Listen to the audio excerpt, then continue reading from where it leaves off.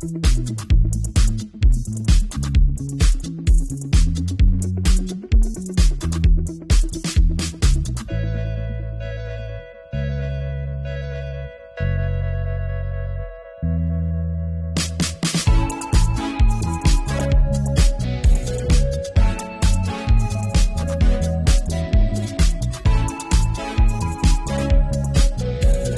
Sir, good morning,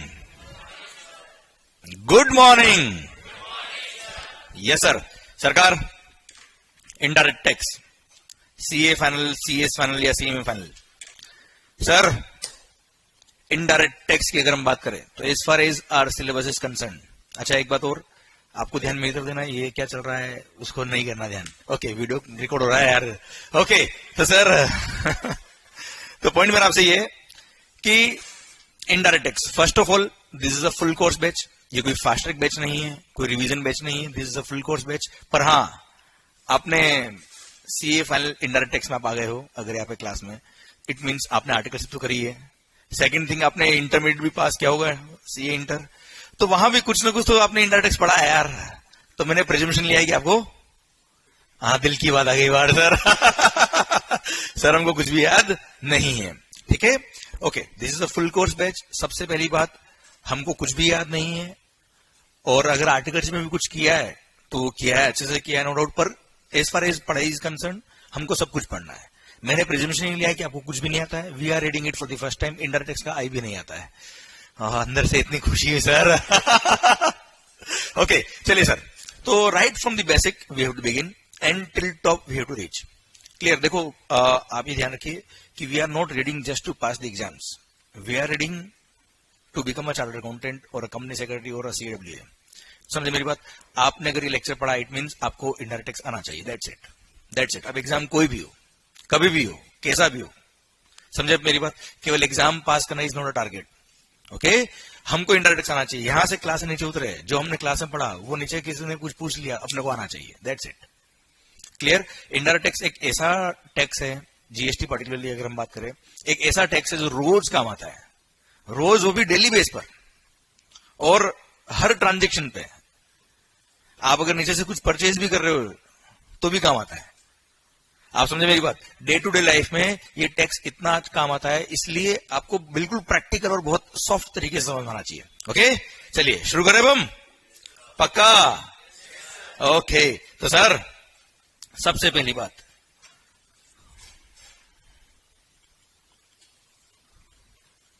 अच्छा एक बात और, प्रिजम्पशन लिया है, कुछ भी नहीं आता है, पहली बार हम बात कर रहे हैं, पहली बार हम पढ़ रहे हैं, पर फिर भी अगर मैंने आपसे कोई क्वेश्चन पूछा है, it means you know the answer. मैं आपसे वही क्वेश्चन पूछूंगा जो आप एक लॉजिक से सोच के देंगे ना, you can give the answer, okay. और आपको मेरे से इंटरेक्ट करना है, बात करना है, ओके। एंड सर जो भी वीडियो क्लास में है उनको भी मेरे से बात करना है, इंटरेक्ट करना है, और आपको भी आंसर देना है। ऐसा लगना चाहिए कि बस आप और हम पढ़ रहे हैं, ओके। तो सर सबसे पहली बात, इनडायरेक्ट टैक्स क्या होता है? Yes sir, what do mean by indirect tax?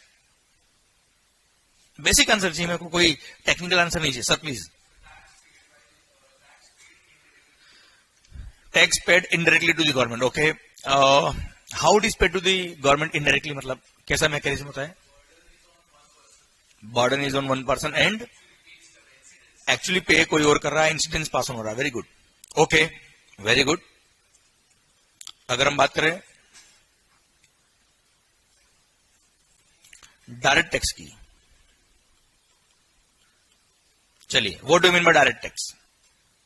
Yes sir, answer देना है तो मैं भी सो जाऊंगा, देखो 7 बजे बहुत टाइम बाद उठाऊं मैं भी। Yes sir, direct tax,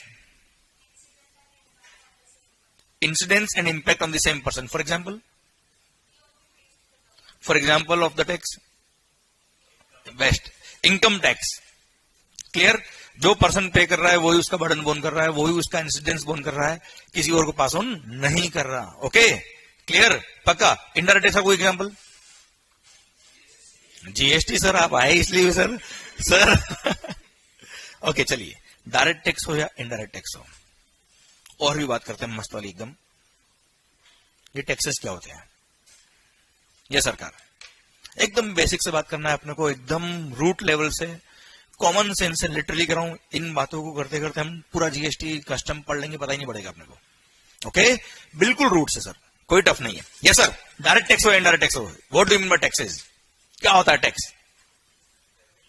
revenue to the, revenue to the, ओ क्या बात है sir, revenue of the government. Okay, what do you mean by government? चलिए, ये गवर्नमेंट कौन, सरकार कौन है? Central government and state government.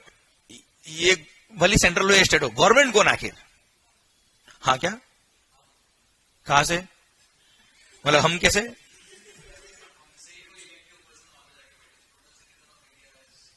मतलब we all are the government, पक्का हम है सरकार? डेमोलिशन देख क्या है? कैसे हमें गवर्नमेंट? ये सर, इलेक्शन होते हैं, उसमें हम क्या करते हैं?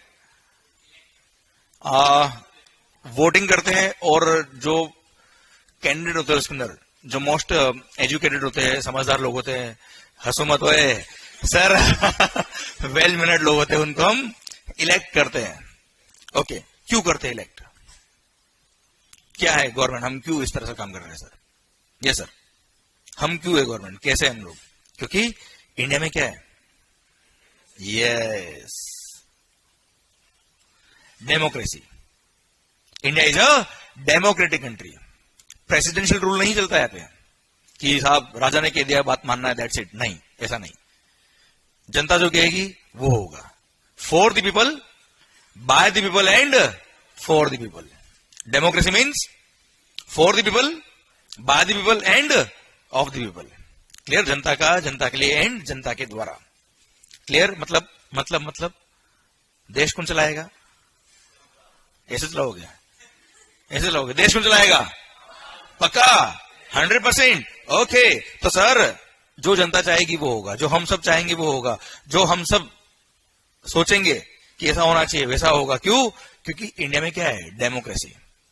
ओके, तो एक बार वापस है, गवर्नमेंट कौन? न बीजेपी, न कांग्रेस, न शिवसेना, न कोई पार्टी। ये तो क्या है? ये ग्रुप है जिसको हमने इलेक्ट किया है। क्लियर? समझा मेरी बात? तो डेमोक्रेसी मतलब हम लोग। तो सर देश कौन चला रहा है? पक्का? तो सर देश में जितने भी कानून बनते कौन बनाता है? All laws are framed by we all guys. पक्का? तो सर किसी भी लॉ में अगर अमेंडमेंट करना कौन करेगा? मतलब इनकम टैक्स एक्ट किसने बनाया है? ओ सर, क्या बात कर रहे हो सर। हम ऐसा नहीं कर सकते सर। तो पूरा जीएसटी किसने बनाया है? पक्का? सारे लॉज किसने बनाए हैं? पक्का? आवाज नहीं आ रही? देखो यार सर, अब ये यहां तक अच्छा लग रहा था सर। और पता है यही सारे लॉज जो हमने बनाए हैं, एक्चुअली हमने बनाए हैं, हमारे लिए बनाए हैं, उसको हम याद कर रहे हैं, रट रहे हैं, बस समझ में नहीं आया। अरे सर आंसर आना चाहिए बस। आप समझ रहे हो मेरी बात को? सर जब तक आपको बेसिक नहीं पता है तब तक आप टॉप लेवल तक कैसे पहुंचेंगे यार हम लोग? इसलिए we have to reach till top. पर कैसे? हमारा बॉटम बहुत अच्छा होना चाहिए, हमारा जो बेस लाइन है वो बहुत स्ट्रांग होना चाहिए। ओके, हमारे कॉन्सेप्ट्स बहुत स्ट्रांग होना चाहिए, वहां से हमको शुरुआत करनी है। That is the target. समझा मेरी बात? इसलिए मैंने आपसे कहा कि अगर आपने पहले कुछ ऑफिस में काम, डेफिनेटली आप सबने काम किया होगा, कुछ लोगों ने हो सकता है जीएसटी में काम नहीं भी किया होगा, और बहुत सारे सबने इंटरमीडिएट में पढ़ाई होगा सर, इंटर में आपने, पर फिर भी मैं मान के चलता हूं कुछ भी नहीं आता। We are reading for the first time, आपको इंडायरेक्ट टैक्स का आई भी नहीं आता है। क्लियर? आप जस्ट 12th पास आउट हो, इतना समझे मेरी बात? Everything we have to read, और बहुत अच्छे से। ओके, तो सर शुरू करेंगे हम? पक्का? ओके, तो सर अभी हमने कहा गवर्नमेंट कौन? ऐसे ढीले ढीले बात करोगे तो सर नेता लोग खा जाएंगे हम लोग को। गवर्नमेंट कौन? ओके, तो सरकार। अभी हमने बात करी जितने भी लॉज होंगे वो कौन फ्रेम करेगा? हम फ्रेम करेंगे। जितना भी देश के अंदर जो भी मैकेनिज्म चलता है वो कौन करेगा? हम लोग चलाएंगे। तो सर गवर्नमेंट के जो पावर्स होते हैं, गवर्नमेंट के जो पावर्स होते हैं, अब सर अगर हम गवर्नमेंट की पावर्स की बात करें तो सर आप देखिएगा, अब यार हमने ये सब बातें कर ली कि गवर्नमेंट कौन, हम, देश कौन चलाएगा, कानून कौन बनाएगा, सारे लॉज कौन फ्रेम करेगा? हम। कैसे करेंगे? कैसे करेंगे सर?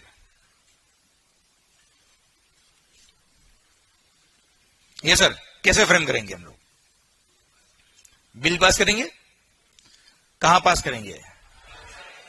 पार्लियामेंट में। ये पार्लियामेंट कैसे बनता है sir? What is parliament? Yes, you are correct, जो आप सोच रहे हो सही है, बोलो पर एक्सप्रेस करो। तो सर एक चीज बात कर लेते हैं हम, पूरा देश जो भी चलाएंगे हम चलाएंगे, हम कैसे चलाएंगे सर? सर सारे डिसीजन हम लोग मिलकर लेंगे। अब हम सब लोग देश के लगभग 130 प्लस करोड़ पब्लिक कैसे डिसीजन लेंगे? तो हमने क्या किया, हमारे एरिया के पूरे देश में, पूरे देश के जितने भी एरिया है, हर एरिया से हमने क्या किया, कुछ लोगों को जो वेल मैनर्ड, वेल एजुकेटेड, अच्छे लोग हैं, उनको हमने इलेक्ट किया। क्लियर? हमने उनको इलेक्ट किया and they will represent us, they will represent us. और अल्टीमेटली हमने क्या बनाया साहब? पार्लियामेंट। क्लियर? संसद। तो parliament is the representation of entire country. मतलब आज फॉर एग्जाम्पल अंधेरी मुंबई, यहां की कोई member of parliament, it means they are representing entire Andheri. Clear? उन्होंने कुछ बात कही, मतलब पूरा अंधेरी वाले लोग ये कह रहे बात। अरे ऐसे नो, समझा मेरी बात? ऐसे ही पूरे देश के हर एरिया के सर लोगों को हमने क्या किया, इलेक्ट किया and ultimately they formed parliament. तो पार्लियामेंट क्या है? Parliament is the representation of the entire country. तो सर हम कौन? मैं कनेक्ट कर रहा हूं सर बातों को, इसलिए जल्दी बोलो। हम कौन? गवर्नमेंट। गवर्नमेंट कौन? चलो, गवर्नमेंट कौन? हम through parliament, we are through parliament. अच्छा, मतलब पार्लियामेंट ने कोई डिसीजन लिया, मतलब किसने लिया है? हमने लिया है। इसलिए आपने देखा होगा कोई भी बिल अगर प्रेजेंट होता है तो कहां होता है? पार्लियामेंट में होता है। पार्लियामेंट में वो जब पास होता है तब जाके वो क्या बनता है? एक्ट बनता है। प्रेसिडेंट के सिग्नेचर होते हैं सर, उसके बाद वो एक्ट होता है। जैसे आपने देखा होगा फाइनेंस बिल, फाइनेंस बिल आता है, हर साल आता है सर, कोई डाउट? फाइनेंस बिल आता है, clear? Both the houses of parliament से पास होता है, क्लियर? उसके बाद प्रेसिडेंट के साइन होते हैं and then it becomes a act. तब तक वो एक्ट नहीं होता है, वो बिल होता है, प्रपोज किया होता है कि we want this changes. Clear? समझे मेरी बात? इसलिए गवर्नमेंट की जितनी भी पावर्स है, all powers are parliamentary powers. मतलब अगर आज मोदी जी चाहे या कोई भी सरकार चाहे कि ये चेंज कराए, नहीं कर सकते जब तक पार्लियामेंट से पास नहीं हो जाए। क्लियर? कोई डाउट इसमें? पक्का? तो सर गवर्नमेंट की जितनी भी पावर्स है वो सारे powers are, all the powers are parliamentary powers. Clear? ये क्लियर है आपको सर? 100%। आज मान लो अपने जो फाइनेंस मिनिस्टर है वो चाहे कि ये पास कर दो, तो सर डायरेक्टली क्या वो एक्ट बना सकते हैं क्या? आवाज नहीं आ रही हुई sir? All powers are parliamentary powers. Parliament बोलेगी तो काम होगा, पार्लियामेंट बोलेगी तो काम नहीं होगा। 100%। चलिए, तो आप मुझे बताओ, क्या parliament all 365 days in a year, क्या पार्लियामेंट का सेशन चलता है? नहीं चलता है। कितनी बार चलता है? ओके। तो सर अब आपको पता है पीरियोडिकली पार्लियामेंट के सेशंस होते हैं। अरे क्लियर? अब पार्लियामेंट के सेशन होंगे on an average, 2 parliamentary session में लगभग 2 to 3 मंथ का गैप होता है साहब, एवरेज। अरे ऐसा नो। अब सर आप मुझे बताओ, सोच बताना sir, I won't answer from everybody, okay? आप ये सोचो कि आप और मैं 2 ही जने बैठे और बात कर रहे हैं एक दूसरे से, दैट्स इट। सर मेरा पॉइंट आपसे ये है कि पार्लियामेंट के सेशन मान लो 2 दिन पहले खत्म हुआ है सर।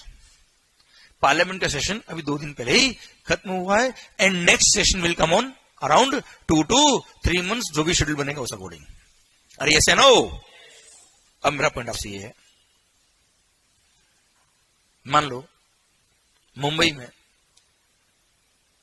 आज इतनी बारिश आई सर, हर तरफ पानी ही पानी। वो गाना है ना, ब्लू है पानी पानी, यहां ब्लैक है पानी पानी। सर सब तरफ पानी पानी, इतना पानी कि सर पैर रखने की जगह नहीं है और फ्लड जैसा माहौल है। और पता है आपको, इंडिया में देश का लगभग 90% से ज्यादा शुगर कहां स्टोर होता है? पता है आपको? पता है? नहीं? तो it's very easy for me to tell you. Sir जब आपको पता होता ना तो टेंशन है, नहीं पता आपको टेंशन नहीं है। सर देश का मोर देन 90% शुगर मुंबई में स्टोर होता है। मोर देन 90% शुगर मुंबई में स्टोर होता है। अब सर हर तरफ पानी, और सर उस फ्लड में शक्कर सारी धुल गई सर, पानी मीठा हो गया। समंदर का पानी मीठा हो गया सर। मेरा पॉइंट अब आपसे ये है कि सर मुंबई की लगभग सारी शक्कर खराब, more than 90% sugar of the entire India is stored in Mumbai. मान लो खराब हो गया, अब क्या करेंगे कल से? Sugar free. सोचो आप, शुगर एक ऐसी चीज है जो रोज रिक्वायर्ड है। It's a goods of daily necessity. अब मेरा पॉइंट आपसे ये है, अगर डेली बेस पर शुगर रिक्वायर्ड है, सप्लाई बिल्कुल खत्म, हूं तो करो कम से कम। हाँ बोलने में जोर आता, हूं तो कर दो। सर पॉइंट मेरा आपसे ये है, देश का मोर देन 90% शक्कर खराब हो गया, डिमांड उतना का उतना, सप्लाई एकदम कम हो गया, क्या होगा मुझे बताओ आप? प्राइसेस इन्फ्लेट हो जाएगी सर? यस या नो? अब अगर शुगर जैसी गुड्स की प्राइसेस इतनी हाइक हो जाए तो सर कांग्रेस वाले तो कह देंगे सर मोदी जी ने शक्कर बढ़ाई है प्राइस। अरे यस या नो? समझे आप मेरी बात? तो सर ये तो बड़ा ही प्रॉब्लम हो जाएगा सर। इन्फ्लेशन रेट का सोचो क्या होगा सर? अरे यस या नो? अब सर ऐसी सिचुएशन में गवर्नमेंट को क्या करना चाहिए? सोच के देखो आप देश का लगभग सारा शक्कर खराब हो गया, पर कंजम्पशन के लिए डेली रिक्वायर्ड है। अब सर ऐसा तो नहीं मोदी जी एकदम जोश भरा भाषण देंगे कि मेरे प्यारे किसान भाइयों, हमें देश में शक्कर चाहिए, आप जाइए अपने फार्म पे शुगर केन प्रोड्यूस करिए और कल मेरे को देश के अंदर शक्कर चाहिए। मिल जाएगी? मिल जाएगी? पॉसिबल ही नहीं है सर। शुगर केन प्रोड्यूस होगा, सीजनल है, ये प्रोड्यूस होगा, देन फैक्ट्रीज में जाएगा, कट होगा, शुगर केन जूस बनेगा, उसको सुखा के फिर शक्कर बनाएंगे। प्रोसेस है सर, टाइम लगेगा इसमें। तो तब तक क्या? अब आप सोचिए, देश का लगभग लोग सारा शक्कर खराब, खत्म हो गया, नया प्रोडक्शन होने में टाइम लगेगा, तब तक लिए क्या करें? आप सोच के देखिए। यस, क्या करेंगे सर? इंपोर्ट करेंगे। तो सर उस पर्टिकुलर मोमेंट पर government should promote the import of sugar. अब इंपोर्ट ऑफ शुगर को अगर प्रमोट करना है तो क्या करे? उस पर हैवी कस्टम्स लगा दे, या कस्टम्स एग्जाम कर दे, कम कर दे? कम कर दे, एग्जाम कर दे। अरे यस या नो? अच्छा, कस्टम्स पर अगर रेट ऑफ कस्टम्स कम करना है या उसको एग्जाम करना है, मतलब लॉ के अंदर क्या करना है? चेंज करना है, अमेंडमेंट करना है सर। अरे यस या नो? और लॉ के अंदर अमेंडमेंट कौन कर सकता है सर? पार्लियामेंट का सेशन कब खत्म हुआ है? तो अब क्या करेंगे? अब क्या करेंगे? इमरजेंसी बुलाएंगे। नायक मूवी सबने देख रही कि सर मेरे को कल हर मेंबर ऑफ पार्लियामेंट यहाँ चाहिए दिन में 2 बजे, बोले उड़ के आया, तेरे क्या है, चढ़ के आया, ऐसा? Sir her member of parliament क्या फ्री है क्या? केवल 5 साल मिले उनको करप्शन काम करने के लिए, सॉरी सर। अब मेरा पॉइंट आपसे ये है कि पार्लियामेंट का सेशन खत्म हुआ है 2 दिन पहले। अब लॉ में चेंज करना भी बहुत इमरजेंसी है सर। अगर 2-3 महीने वेट कर लिया, खत्म, चाय में नमक डाल के पीना पड़ेगा सर। अरे हाँ है ना? इसलिए ऐसी सिचुएशंस को टेकअप करने के लिए हमने जब लॉ बनाया, सारे कानून हमने बनाया सर, तो हमने क्या किया? कुछ पावर्स गवर्नमेंट को डेलीगेट कर दिए। उनको बोलते हैं डेलीगेटेड पावर्स। हमने सेक्शन नंबर 11 बना दिया जीएसटी के अंदर कि government has the power to grant exemption to any of the goods और सर्विसेज। हमने सेक्शन नंबर 25 बनाया कस्टम्स एक्ट में कि government has the power to grant exemption to any of the goods और सर्विसेज। हमने सर सेक्शन नंबर 5A बनाया था excise के अंदर। सर हमने हर एक्ट के अंदर कई सारे इस तरह के सेक्शन बनाए। आपने भी अब तक कई सारे सेक्शंस पढ़े होंगे। आपने सर इनकम टैक्स एक्ट पढ़ा होगा, उसमें लिखा होगा गवर्नमेंट हैज द पावर। आपने कई सारे सेक्शन पढ़े होंगे, सीबीडीटी हैज द पावर। आपने कई सारे कंपनीज एक्ट में पढ़ा होगा, बोर्ड हैज द पावर। अरे यस या नो? वो पावर हमने दी है। हर सेक्शन में नहीं होगा sir, every section does not have this power. अरे आप एग्री कर रहे हो कि नहीं? पक्का 100%? यस। तो सर इस तरह के कुछ सेक्शन हमने हर एक्ट में बनाए और हमने कुछ पावर्स जहां हमको लगता था कि नहीं यार पार्लियामेंट अगर नहीं भी है तो भी ये अमेंडमेंट हो जाए, ये चेंज हो जाए, सो दैट देश के अंदर काम नहीं रुके, हमने कुछ पावर क्या कर दिया भाई? क्या कर दिया मालिक? डेलीगेट कर दिए। क्लियर? इसलिए आपने देखा होगा कि सर साल में बजट तो एक बार ही आता है, फाइनेंस बिल तो एक बार ही पास होता है, पर फिर भी साल भर अमेंडमेंट होते रहते हैं। होते हैं कि नहीं होते हैं? कैसे होते हैं? डेलीगेटेड पावर्स के थ्रू होते हैं वो। आप समझ आ रही बात मेरी? पक्का बच्चों? क्लियर? अब सर ये डेलीगेटेड पावर का सिस्टम जो हमने इंट्रोड्यूस किया, क्लियर? और सर इसकी वजह से लो आपने देखा होगा सर फ्रिक्वेंटली चेंज होता रहता है। आपने जीएसटी जब से आया है तब से आपने देखा होगा कई सारे अमेंडमेंट हो जा रहे हैं सर। वो कहां से होते हैं सर? डेलीगेटेड पावर्स के थ्रू होते हैं। फाइनेंस एक्ट के थ्रू तो होते ही होते हैं सर, पर डेलीगेटेड पावर के थ्रू नोटिफिकेशंस और है ना, आपने देखे होंगे कई सारे नोटिफिकेशन आते हैं। कहां से आते हैं? वो यहां से आते हैं। क्लियर? यहां तक सिस्टम क्लियर है क्या भाई? पक्का? ओके। अब सर बहुत सारे लोग सोच रहे होंगे सर ये सब बातें आप क्यों कर रहे हो, हमको तो सर जीएसटी पढ़ाओ, बात खत्म। सर ये बातें करना इसलिए जरूरी था क्योंकि आपको पहले ये पता होना चाहिए कि हमको पढ़ना क्या है। आइए हमको पढ़ना क्या है, कहां तक पढ़ना है, पहले हम वो बात कर लेते हैं। अब as far as examinations are concerned, as far as examinations are concerned, ICI की पॉलिसी है, आईसीएसआई हो या सीएमए हो, इन सब का पॉलिसी है कि मंथ ऑफ द एग्जाम से 6 मंथ पहले तक के अमेंडमेंट्स होते हैं जो एप्लीकेबल हो गए, प्रपोज नहीं भाई, एप्लीकेबल जो पास हो गए, क्लियर? वो हमारे एग्जाम्स के लिए रिलेवेंट होते हैं। Okay, so if you are having your exams, if you are having your exams in November 2022, then all amendments which are made effective or applicable till 30th April 2022 will be relevant for the purpose of your exams. And if you are having your exams in May 2023, then ऐसे case में all amendments which are made effective till 31st of October 2022 will be relevant for your exams. समझा मेरी बात? Okay, since अभी चल रहा है April month, अरे यस या no? 14th April. In this batch we are going to cover all the amendments which are made effective till 30th April 2022. तो 30 अप्रैल 2022 तक जितने भी अमेंडमेंट्स एप्लीकेबल हो हिंदुस्तान के अंदर वो आपके लिए रिलेवेंट है फॉर योर एग्जाम्स। और वो सारे अमेंडमेंट्स हमारी जो बुक आपको मिलेगी उन सारी बुक्स में ये कवर्ड है। 30 अप्रैल तक के सारे अमेंडमेंट हम कवर करके आपको देंगे और वो सब हम डिस्कस करेंगे। अच्छा, जिनकी भी एग्जाम्स मई 23 में रहेंगे, डोंट वरी, इन 6 मंथ में जो अमेंडमेंट्स होंगे, इन 6 मंथ में जो अमेंडमेंट होंगे उनके अमेंडमेंट्स का पीडीएफ फाइल नोट्स का प्लस अमेंडमेंट लेक्चर मैं यूट्यूब पे अपलोड कर देता हूँ। वैसे भी हर बार तो आपको वहां से मिल जाते हैं और बहुत ज्यादा अमेंडमेंट नहीं होते हैं। जिनके कॉन्सेप्ट क्लियर होते हैं ना सर, जो इतना बेसिक से पढ़ लेता है उसको अमेंडमेंट अपना समझ में आते हैं। अभी धीरे धीरे हम शुरू करेंगे तो आपको लगेगा सर बहुत ईजी था। तो क्लियर? सो जिनकी भी एग्जाम्स नवंबर 22 हो या मई 23, दिस बैच इज कंफर्टेबल, कोई दिक्कत नहीं उसमें। ओके, तो सर हम कब तक कवर करने वाले हैं अभी इस बैच में? क्लियर? समझे मेरी बात? ओके, जितने भी क्वेश्चंस आपको मिलने वाले हैं, जितनी जो भी बुक आपको मिलेगी वो 30 अप्रैल 2022 तक अमेंडेड मिलने वाली है आपको। ओके, तो सर ये कहानी मैंने आपको क्यों समझाई, समझ में आया आपको? क्लियर? भले ही फाइनेंस एक्ट साल में एक बार आता है पर अमेंडमेंट बार बार जो होते हैं कैसे होते हैं समझ में आया आपको?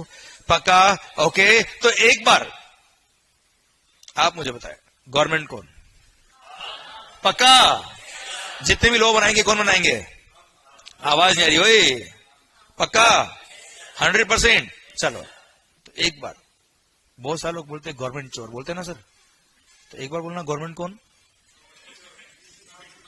हम। और हम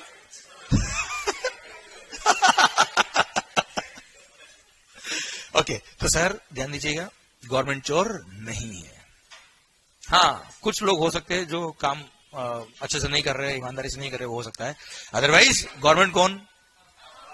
चलो एक एग्जांपल दूं क्या, इस पर ट्रस्ट हो जाएगा आपको कि हाँ सर सही में गवर्नमेंट अच्छी है सर। अभी तक तो सर आपने कहा बहुत अच्छा लग रहा है सर, कैसे अच्छी है सर? देखते हैं, लॉज सारे हमने बनाए हैं। क्लियर? कैसे देखते हैं? देखते हैं सर। सरकार पता है आपको, अगर एसएससी, अगर एसएससी में एक ऑन एन एवरेज बात कर रहा हूं, अभी मैंने जीएसटी शुरू नहीं किया मालिक, ऑन एन एवरेज अगर कोई एसएससी टैक्स पे करने में लेट हो जाता है, if he delays in making payment of tax, तो क्या करेंगे? गोली छोड़ा दो, ऐसा फांसी? तो देखो, पेनल्टी लगता है कोई ऑफेंस किया तो, लेट करने में क्या लगेगा? इंटरेस्ट। पता है आपको, अगर कोई एसएससी टैक्स पे करने में लेट हो रहा है, भले वो जीएसटी हो या कोई भी टैक्स हो, तो sir he will have to pay the interest. और मैं जीएसटी की बात करता हूं आपसे, अगर एसएससी लेट करता है, एक दिन भी उसने लेट किया है, तो rate of interest is 18% per annum. Generally बता रहा हूं अभी, ओवरऑल मोटा मोटी कितना मालिक? 18% पर एनम। अरे क्लियर? ओके। और पता है, अगर कभी मान लो हमने एक्स्ट्रा टैक्स पे कर दिया, या किसी वजह से हमारा अमाउंट ऑफ टैक्स रिफंडेबल आ रहा है, क्या रहा मालिक? तो रिफंड कौन देगा मालिक? और गवर्नमेंट रिफंड देने में अगर, पता है, if government delays the refund, पहली बात तो गवर्नमेंट को टाइम दिया है 60 डेज का, जीएसटी की बात करूं आपसे, 60 डेज में जिसने रिफंड अप्लाई किया है, इफ ही इज एलिजिबल, तो उसके अकाउंट में क्रेडिट हो जाना चाहिए with in 60 days. With in 60 days उसके अकाउंट में अमाउंट क्रेडिट हो जाना चाहिए साहब। और अगर बियॉन्ड 60 डेज गवर्नमेंट ने अगर पेमेंट नहीं किया, तो they are liable to pay the, and you know what is the rate of interest? 6% per annum. हमारे लिए 18, और वो भी वेरी नेक्स्ट डे से, जैसे 20th of the next month is the due date, तो 21st से क्या लगेगा? और खुद के लिए 6%, वो भी 60 डेज के बाद। है कि नहीं चोर? आप मुझे बताओ, नाइंसाफी है कि नहीं सर? आवाज नहीं आ रही, देखो यार, पक्का? ओके, चलिए, तो क्या करना चाहिए आप बताओ, सॉल्यूशन बताओ। चलो, या भी बैठा करते सर, सॉल्यूशन ये है, या तो इनकी भी 18 कर दो, या हमारे भी। यार मैं क्या कह रहा हूं, आप पढ़ाई कर रहे हो सोच के मत बैठो यार, मस्त अपन बात कर रहे हैं, दैट्स इट। लिटरली कह रहा हूं मैं, ऐसे ही पढ़ाई होगी, मस्त होगी, बात करो आप मेरे से। क्लियर? समझो मेरी बात। वीडियो क्लास वाले सोच रहे सर हम किससे बात कर रहे हैं? अरे भाई बात कर, सुन रहा हूं तुमको भी, देख रहा हूं। सर मेरा पॉइंट आपसे ये है कि यू टेल मी सॉल्यूशन क्या है इसका? या तो गवर्नमेंट के लिए कितना कर दो 18, या हमारे लिए भी कितना कर दो। चलिए, अगर हमारे लिए 6% पर एनम कर दिया तो सोचते क्या होगा? अब थोड़ा सोचते आगे। अगर हमारे लिए 6% पर एनम कर दिया तो एसएससी को अगर टैक्स पे करने पर, टैक्स लेट पे करने पर 6% पर एनम ही इंटरेस्ट देना पड़ रहा है अगर, तो वो क्या करेगा? लेट ही पे करेगा ना सर। अगर बैंक से लोन लेने जाएगा तो 15%, बिजनेस लोन की बात करें हम 12%, 13%, 15%, और वो भी क्यूमुलेटिवली, फ्री प्रोसेसिंग चार्ज अलग, डॉक्यूमेंटेशन चार्ज अलग, फिर उसको सर प्रॉपर्टी सिक्योरिटी देनी है, सब काम करना पड़ेगा सर। इधर तो अनसिक्योर्ड लोन, कोई लोन कोई टेंशन नहीं है सर। अरे है ना, आप समझे मेरी बात। मान लो कोई एसएससी है जिसको मंथली 20 लाख रुपए टैक्स पे करना होता है, वो 2 महीने टैक्स पे नहीं करे, 40 लाख का उसको लोन मिल गया सर, वर्किंग कैपिटल लोन, वो भी विदाउट एनी प्रोसेसिंग फीस। किसी को अप्लाई नहीं करना है, कोई प्रोजेक्ट रिपोर्ट नहीं बनवानी सर, किसी को फीस नहीं देनी है, और रेट ऑफ इंटरेस्ट वो तो सर 6% उधर देगा गवर्नमेंट को, इधर 8% किसी और को दे देगा सर, कि तू ले ले पैसे, कोई बात नहीं। अरे हाँ है ना भाई? क्लियर? आप मुझे बताओ, अगर मार्केट में rate of interest business loan पर 12%, 18%, 15% चल रहा है, तो क्या गवर्नमेंट को हमारे लिए 6% करना चाहिए? आवाज नहीं आ रही, देखो यार, तो बताओ 18% सही है कि नहीं है? आवाज नहीं आ रही ओए, मतलब सर 18% बिल्कुल सही है। ठीक है सर, तो हमारे लिए 18 रखो, पर इनके लिए भी आवाज नहीं आ रही। देखो यार 18 कर दे इनके लिए भी। सोचो अगर गवर्नमेंट का रिफंड देने में अगर गवर्नमेंट लेट होती है और उनके लिए रेट ऑफ इंटरेस्ट 18% कर दे, तो हर एसएससी क्या करेगा? एक्स्ट्रा पे करेगा सर। इधर वो रिफंड के लिए अप्लाई ही नहीं करेगा, या अप्लाई करेगा तो भी ऑफिसर बोलेगा रिफंड आपका आ गया, नहीं अभी नहीं चाहिए, थोड़े दिन रखो आप आपने। यू टेल 18% भाई, सोर्स ऑफ इनकम हो गई उनके तो। आज एफडी पे रेट ऑफ इंटरेस्ट 6% भी नहीं है। अरे हाँ है ना। यू टेल मी, क्या 18 होना चाहिए? आवाज नहीं आ रही भाई। कितना होना चाहिए? सही है, सही है, पक्का?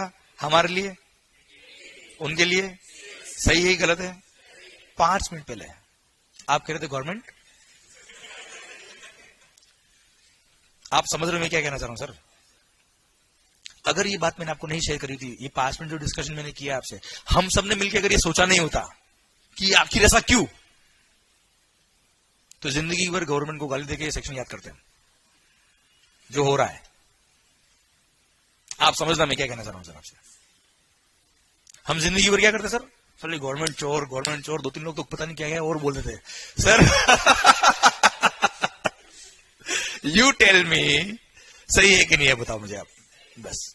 तो वो हमको समझना है सर। सर क्या है सबको पता, क्यों है ये अगर समझ में आ गया ना सर, तो this is the difference between accountant and chartered accountant. समझ रहे मेरी बात आप? This is what is required, this is what is required. और मैं कोशिश करूंगा वहां तक हम पहुंच जाए, हर सेक्शन को लेके, हर बात को लेके। वो अगर आप पहुंच गए ना सर, फिर आप देखो अमेंडमेंट भी होता है ना अगर, तो आपको समझ में आएगा आखिर ये क्यों हो रहा है, कैसे हो रहा है, इंडस्ट्री की रिक्वायरमेंट क्या थी। आप समझ रहे हो मेरी बात सर? अगर कभी रेट ऑफ इंटरेस्ट 18 से मान लो सर 15 हो गई या 20 हो गई, तो आपको आइडिया रहेगा कि हाँ यार 20 या 18 क्यों हुआ या 15 क्यों हुआ है। यहां अगर 6% है और 6 से अगर 5 हो गया, तो आपको लगेगा नहीं यार एफडी पे रेट ऑफ इंटरेस्ट 5% हो गया इसी तारीख में, तो यहां 6 तो गलत था सर। अरे हाँ है ना मेरी बात, समझ रहे हो आप?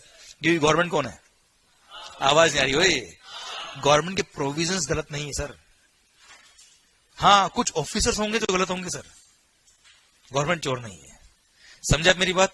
दैट्स द स्पिरिट जिससे हमको पढ़ना है। क्लियर? तो शुरू करें क्या इनडायरेक्ट टैक्स? पक्का 100%। तो गवर्नमेंट कौन? आवाज आ रही हो? गवर्नमेंट कौन? Okay, taxes are the revenue of the. Tax pay कौन करता है सर? भले डायरेक्ट टैक्स हो या इनडायरेक्ट टैक्स हो, पे कौन करता है? हम लोग पे कर रहे हैं, हम लोग पे कर रहे हैं, पूरे देश के लोग मिलकर पे कर रहे हैं सर। किसको पे कर रहे हैं? गवर्नमेंट कौन? कौन पे कर रहा है? कौन पे कर रहा? किसको पे कर रहे हैं? कुछ समझ में आ रहा है sir? Taxes are a kind of mutual fund जो हम सब लोग मिलकर क्या कर रहे हैं? इकट्ठा कर रहे हैं। Clear? And we all will use this fund to run the country. अभी हमने बोला ना देश कौन चलाएगा सर? कैसे चलाएंगे सर? अगर मान लो यस फंड चाहिए, फंड कहां से आएगा? आज रोड बनानी है, अगर रोड कहां से बनेगी सर? यस। सिक्योरिटी के लिए पुलिस चाहिए, आर्मी चाहिए, कहां से आएगा? Yes sir. That's what is the requirement of the taxes. समझे आप मेरी बात? पूरी गवर्नमेंट मशीनरी को रन करने के लिए वी नीड द रेवेन्यू, और रेवेन्यू कहां से आएगा सर? हम लोग ही कलेक्ट करेंगे। समझे आप मेरी बात? क्लियर? अब वो फंड को कलेक्ट करने के लिए 2 मैकेनिज्म है, एक है डायरेक्ट टैक्स, एक है इनडायरेक्ट टैक्स। अब सर डायरेक्ट टैक्स आपको पता है कि जो पर्सन पे कर रहा है वही बोन कर रहा है। Income tax for example sir, जो ज्यादा अमीर होगा वो ज्यादा टैक्स पे करेगा, जो गरीब होगा वो कम टैक्स पे करेगा। क्लियर? समझे? अब मेरा पॉइंट आपसे ये है, इनडायरेक्ट टैक्स एक ऐसा टैक्स है सर जो हर गुड्स पे लगाया गया है, हर सर्विस पे लगाया गया है। अब सर अमीर होगा तो सर भारी चीजें खरीदेगा, परचेज करेगा, तो उसको टैक्स लगाना पड़ेगा सर। अगर सर गरीब आदमी होगा, कम प्राइस की गुड्स खरीदेगा, उसको कम टैक्स पे करना होगा सर। हाँ है ना? तो this is directly on the goods और सर्विसेज। जो भी आप गुड्स और सर्विसेज कंज्यूम करेंगे, परचेज करेंगे, उस पर आपको टैक्स पे करना है, और ultimately it will go to the government. हाँ है ना? अब आप मुझे बताओ सर, एंड कंज्यूमर जो गुड्स खरीद रहा है और अल्टीमेटली कंज्यूम कर रहा है, वो टैक्स पे करेगा? Is it possible for the government to go to each and every house and collect the tax from the each and every consumer? आवाज नहीं आ रही? नहीं। तो उन्होंने क्या किया, मैकेनिज्म बनाया, एक काम करो सर, जो सप्लायर है, जो गुड्स या सर्विसेज को बेच रहा है, उसको बोल दो कि भाई हम टैक्स तुमसे लेंगे, तुम अपने कस्टमर से ले लेना सर। हाँ है ना, दैट विल बी इजियर ना। आज जैसे हमने आपको सर्विसेज प्रोवाइड करी, तो we will collect the tax from you and we will pay to the government. That is more easier than to collect directly from you guys. Yes और no? समझे मेरी बात? That's why mechanism to charge the goods and services is indirect tax, जिसमें pay कोई और कर रहा है और अल्टीमेटली बोन कोई और कर रहा है। समझा मेरी बात? इनकम टैक्स में अमाउंट सब्सटेंशियल होता है, 2.5 लाख तक तो टैक्स है ही नहीं, उससे ऊपर ही टैक्स लगता है सर। अरे ये से नो? और जिसका इनकम 5 लाख तक है उस पर तो टैक्स है भी नहीं वैसे भी। क्लियर? बस इतना ही आता मेरे को इनकम टैक्स में। क्लियर? ओके, तो सर ये बात है क्लियर है आपको सर? आवाज नहीं आ रही? ओए पक्का पक्का? टैक्सेस कौन पे कर रहा है? हम। किसको? तो सर हम क्या हम कानून गलत बनाएंगे, लॉ गलत बनाएंगे? लॉ किसने बनाए, किसके लिए बनाए? Yes, that's it, that's it, that's what the spirit should be जब हम पढ़ाई करें तब। ओके, और पढ़ाई को कोई बढ़ने की नहीं पढ़ना, अपने को आराम से मस्त होकर हले हले पढ़ेंगे। ओके सर, चलिए सर शुरू करते हैं हम बात इनडायरेक्ट टैक्स को लेकर। Sir indirect tax, as far as your syllabus is concern, as far as your syllabus is concern,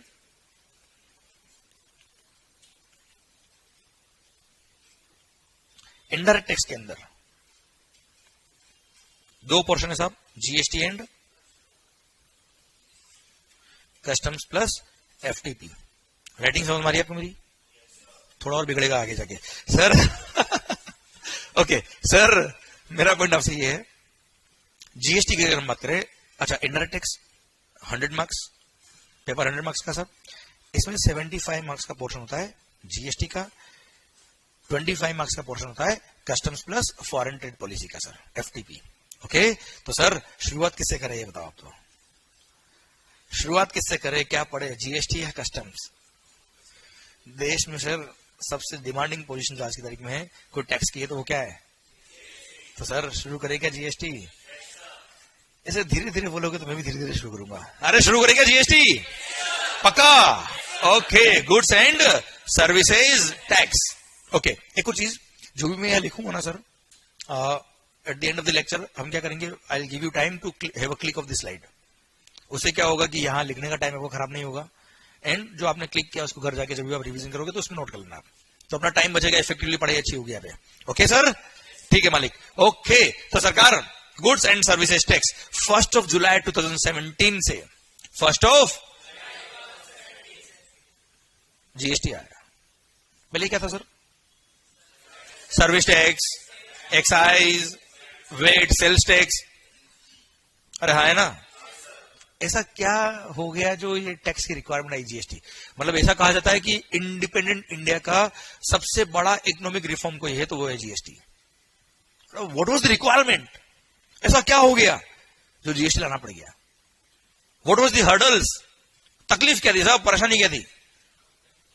compliance burden बहुत ज्यादा था, कैस्केड इफेक्ट था, मल्टीपल टैक्सेशन था, one nation one tax one market. तो ये सब क्या हमने सुना हुआ है, बातें करी हुई, अब देख लेते हैं होता क्या है। नहीं एक्चुअली देख लेते हैं। Clear sir? तो सबसे पहले बिफोर बिगिनिंग जीएसटी हम वो बात करेंगे आखिर जीएसटी क्यों आया और जीएसटी कैसे आया। तो अगला जो मैं पॉइंट बताने वाला हूं आपको सर, दैट्स वेरी इंपॉर्टेंट। ये मत समझना कि एक्साइज पढ़ा रहा है मंगल, तो दैट इज वेरी रिलेवेंट, और वहां से मैं कनेक्ट कर दूंगा जीएसटी, क्योंकि आपको बिल्कुल रूट अगर पता पड़ गया ना सर, माहौल बनने वाला है। ओके, तो सर बात शुरू करते हैं हम कि आखिर जब जीएसटी नहीं था, जब जीएसटी नहीं था तब क्या था। क्लियर? चलिए सर, मान लो I am a manufacturer of this pen. Clear? चलिए मार्कर है इधर, हाँ है। Okay, I am a manufacturer of this marker. पूरी लेक्चर इस मार्कर पे खत्म हो जाएगा सर अपना। Okay, I am a manufacturer of this brand name Mangal. Okay sir, अब ये मार्कर अगर मैं मैन्युफैक्चर करता हूं, अब मैं मैन्युफैक्चर हूं तो यार। ओके सर,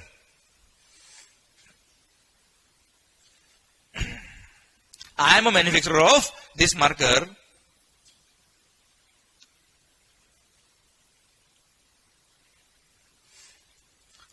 मैंने इसको मैन्युफैक्चर करने के लिए रॉ मटेरियल परचेज किया होगा सर, कई सारे raw material, input service, capital goods purchase किए होंगे सर मैंने। मान लो मैंने इनपुट्स वगैरह परचेज किए कितने में? 100 में। मैंने क्या कहा, जब हाँ बोलने की इच्छा नहीं तो हूं कर दिया करो, उतना वही चलेगा, पर कुछ तो आना चाहिए सर। ओके, मैंने इनपुट परचेज किया कितने में? 100 में। अच्छा, एक्साइज था, अभी बात चल रही है किसकी? Excise. And excise was levied on manufacturer of goods. मैंने इनपुट परचेज किया कहां से? डायरेक्ट मैन्युफैक्चरर से सर। ओके, उन्होंने इस बिल पे क्या चार्ज किया? Excise duty. Suppose rate of tax was 10%, total 110। Clear? Okay sir, ये मेरा परचेज इनवॉइस है सर। जब मैंने ये इनपुट परचेज किया होगा, इससे मैं मैन्युफैक्चर करूंगा क्या? मेरा output goods which is marker, marker बना रहा हूं मैं, आई एम अ मैन्युफैक्चरर। अगेन जब इसको सेल करूंगा, मैन्युफैक्चर किया है सिंस मैंने, इसलिए इस पे क्या लगने वाला है? एक्साइज। परचेज पे ऑलरेडी क्या पे किया मैंने? एक्साइज। सेल पे वापस क्या लग रहा है सर? एक्साइज। तो जो परचेज पे टैक्स पे किया है वो अल्टीमेटली मेरी कॉस्ट का पार्ट बन रहा है सर, और कॉस्ट का पार्ट बनेगा तो अल्टीमेटली इसकी सेल प्राइस में वो इंक्लूड होगा, और इसकी सेल प्राइस में वापस से टैक्स लगने वाला है सर। तो सर जो परचेज पे टैक्स पे किया उसका क्या मिलना चाहिए? क्रेडिट। तो पहले बोलते थे इसको सैनवेट क्रेडिट, तो मैंने सैनवेट क्रेडिट अवेल कर लिया। कितने का मालिक? 10 का। आउट ऑफ 110 मैंने 10 का क्रेडिट ले लिया। अवेल क्या मतलब? लिया है अभी मैंने, अवेल क्या है? Now it is available for me. Clear? Okay, out of 110 अगर 10 का मेरे को क्रेडिट मिल गया तो मेरी कॉस्ट कितनी होगी मालिक? 100। क्लियर? अब मेरे अपने एक्सपेंसेस किए होंगे, अपना मार्जिन ऐड किया होगा, अपने सर फैक्ट्री चलाई तो बहुत सारे ओवरहेड्स वगैरह हुए होंगे, वो सब मैंने ऐड किया, उसको बोलते हैं वैल्यू एडिशन। मान लो वो था ₹40, इसमें मेरा मार्जिन भी आ गया, प्रॉफिट मार्जिन वगैरह सब कुछ आ गया सर। क्लियर? ओके, मेरा सेल प्राइस कितना होगा मालिक? 140 सर। क्लियर? अब 140 में बन गया क्या? Output goods. क्लियर? अब 140 में जब आउटपुट गुड्स मैं बेचूंगा, अगेन क्या लगने वाला है इस पे? Suppose rate of tax is 10%, again कितना हुआ sir? Total 154। Okay, indirect tax है। मैंने कस्टमर को ये बिल बनाया 154 का, उनसे मैंने 154 ले लिया। इसमें से 14 क्या है? एक्साइज किसका रेवेन्यू है? क्या मेरा रेवेन्यू है? किसको पे करना है मेरे को? गवर्नमेंट को। मैंने आपसे कलेक्ट किया, गवर्नमेंट को पे करूंगा। कैसे पे करूंगा सर? जब 14 पे करने जाऊंगा तब मैंने 10 रुपये तो ऑलरेडी पे किया हुआ है, जिसका मैंने क्या लिया था सर? CENVAT credit. वो क्रेडिट को मैं क्या कर लूंगा? यूज कर लूंगा। That was available for me ना, तो मैंने 10 का क्रेडिट यूज कर लिया। CENVAT credit used.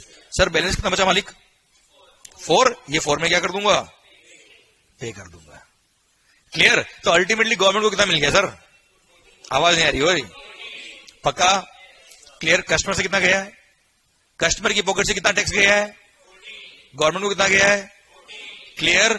पक्का? This is how excise was running. Okay sir, पक्का? चलिए, अब मेरा क्वेश्चन आपसे ये है कि अगर मान लो ये क्रेडिट का सिस्टम नहीं होता, ये तो 10 का क्रेडिट मिला ना सर, ये अगर नहीं होता तो क्या होता है? देख लेते वो भी। अगर ये 10 का क्रेडिट नहीं होता तो क्या होता सरकार? मैंने इनपुट परचेज किया 100 में, एक्साइज ड्यूटी पे किया कितने में? 10, टोटल 110। ये मेरा परचेज इनवॉइस सर। क्रेडिट डब्बा 0, कुछ भी नहीं है sir. Cost value addition 40, total 150। Sir ये मेरा आउटपुट गुड्स बन गया। इस पे क्या लगेगा सरकार? एक्साइज। अगेन 10% कितना होता सर? 15, टोटल। ये मेरा सेल इनवॉइस बन गया। 15 रुपये क्या है इसमें? 15 रुपये क्या है? एक्साइज। आपसे लिया, किसको पे करूंगा? गवर्नमेंट को पे करूंगा। कैसे पे करूंगा? क्रेडिट तो कुछ है ही नहीं, पूरा 15 क्या करूंगा? गवर्नमेंट को पेमेंट कर दूंगा। अब आप मुझे बताओ, ध्यान से देख के बताओ, ये 165 जो कंज्यूमर को, जो मेरे कस्टमर थे, उनसे मैंने 165 लिया, इसमें से टोटल टैक्स गवर्नमेंट को कितना गया?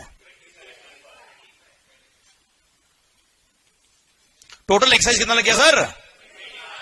अल्टीमेटली गुड्स की कॉस्ट विदाउट एनी टैक्स कितना था सर? गुड्स कौन सी थी? मार्कर। क्लियर? मार्कर पर रेट ऑफ टैक्स कितना था सर? मार्कर की वैल्यू कितनी है विदाउट टैक्स? 140. 140 का 10% कितना हुआ सर? जबकि गवर्नमेंट को जा कितना रहा है सर? आवाज नहीं आ रही भाई. क्लियर? पक्का? क्या सही हो रहा है? क्या सही हो रहा है? इसलिए सेनवेट क्रेडिट का सिस्टम आया. क्यों आया सर? अब ध्यान सुनना. देखो 10 का क्रेडिट क्यों मिला? सबसे इंपॉर्टेंट लाइन यही है सर. सबसे इंपॉर्टेंट अगर अपने पूरे लेक्चर में कॉन्सेप्ट कोई होगा तो यही है कि 10 का क्रेडिट क्यों मिला. तो सर 10 का क्रेडिट क्यों मिला? अगर 10 का क्रेडिट नहीं मिलता तो क्या होता सर? सर देखिए अब ध्यान से, ये 100 रुपये, सॉरी ये 100 रुपये जो है इस पे हम ऑलरेडी टैक्स पे कर चुके हैं. मैंने क्या कहा, हूं कर लिया करो कम से कम. ये जो 100 रुपये है इस पे हमने ऑलरेडी टैक्स पे. ये जो 150 है इसमें 100 ऑलरेडी इंक्लूडेड है और वापस से पूरे 150 पे टैक्स लग रहा है. इट मींस 100 पे और वापस से टैक्स लग रहा है सर. अच्छा ये तो मैंने 2 स्टेप बताई है. मान लो इस रॉ मटेरियल का, इस इनपुट का एक इनपुट और होता तो क्या होता सर? 3 बार टैक्स. एक और होता तो इसलिए this is called multiple taxation. क्या कहते हैं सर इसको हम? डबल टैक्सेशन कहना इज अ स्मॉल वर्ड.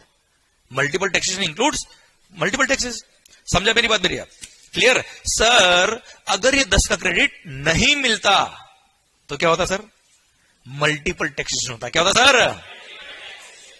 वो 100 जिसपे हमने ऑलरेडी टैक्स पे कर दिया है, सिंस वो 140 में इंक्लूडेड है, ये सेल प्राइस में इंक्लूडेड है. क्लियर? मल्टीपल टैक्स हो जाता. क्लियर? इसलिए 10 का क्रेडिट मिला. सेकंड बात एक और, ये 150 जो था, इस 150 में ध्यान से देखो, ये 10 रुपये भी है सर. 10 रुपये क्या था sir?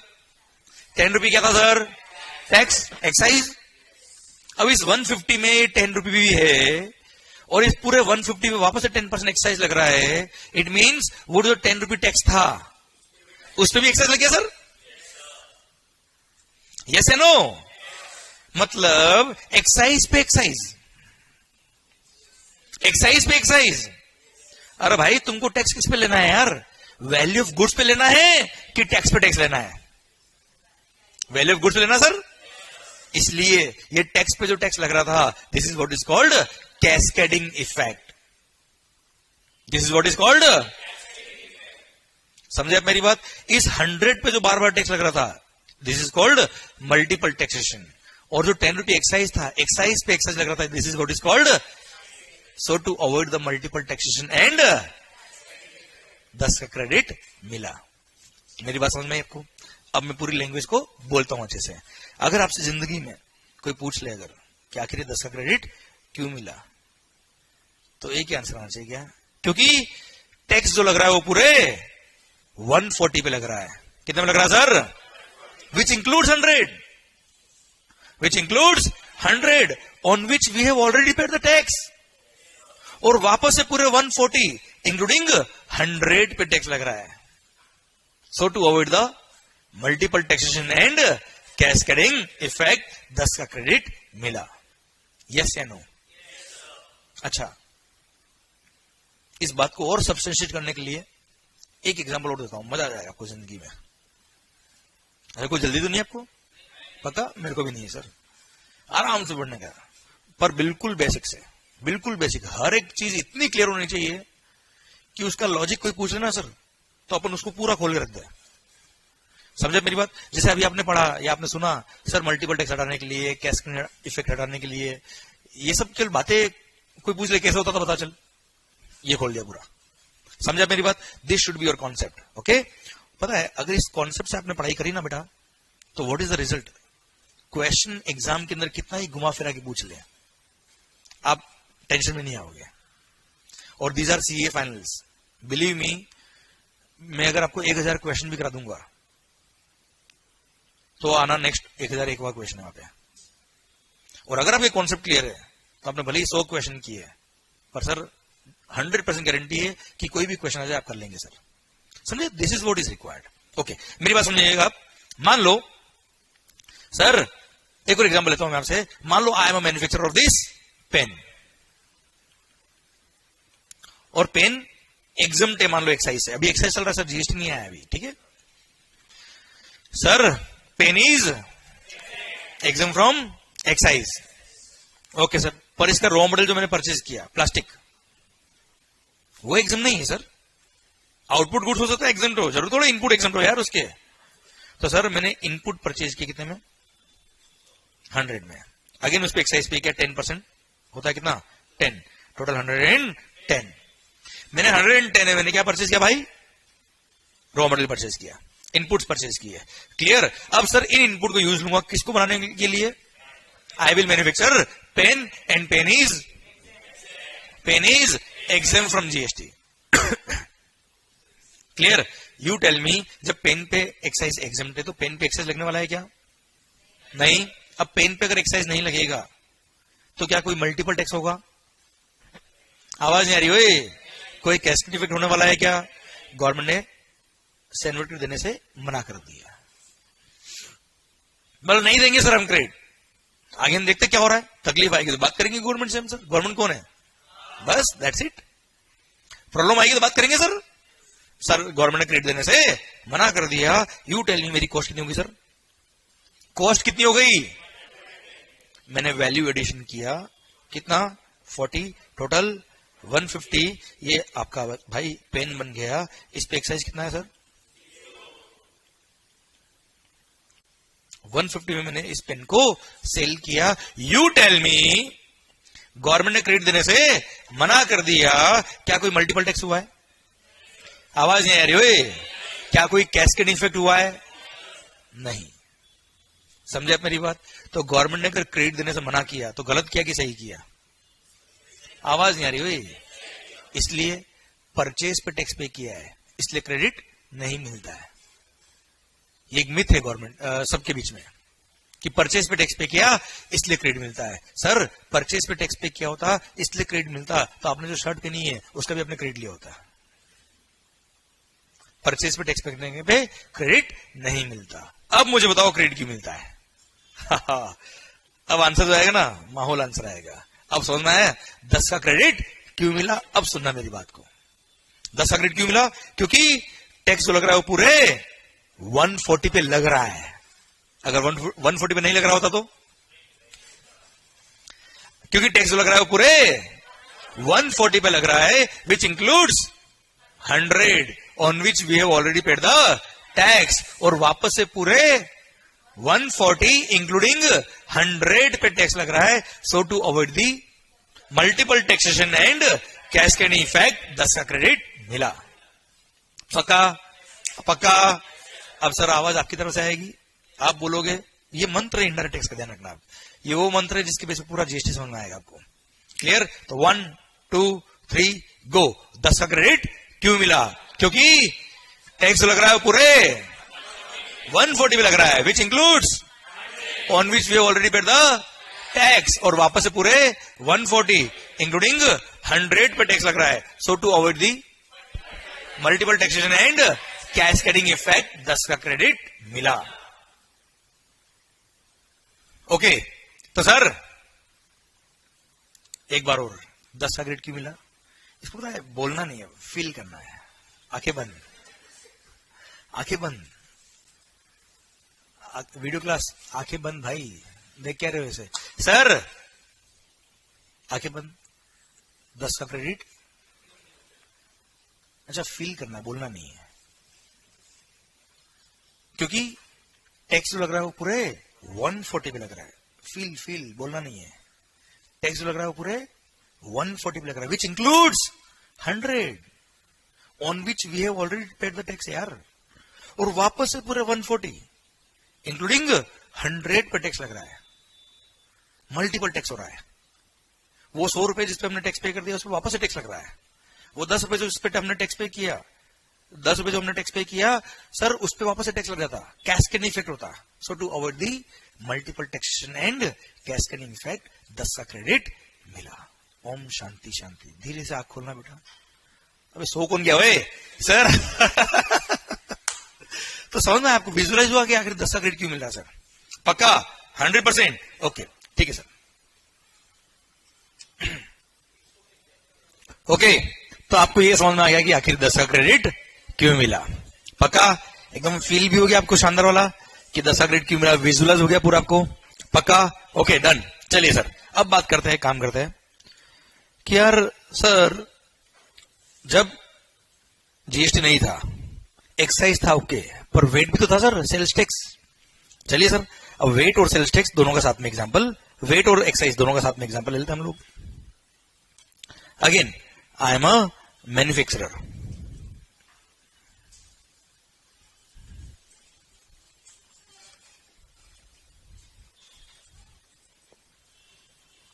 I am a manufacturer. Okay.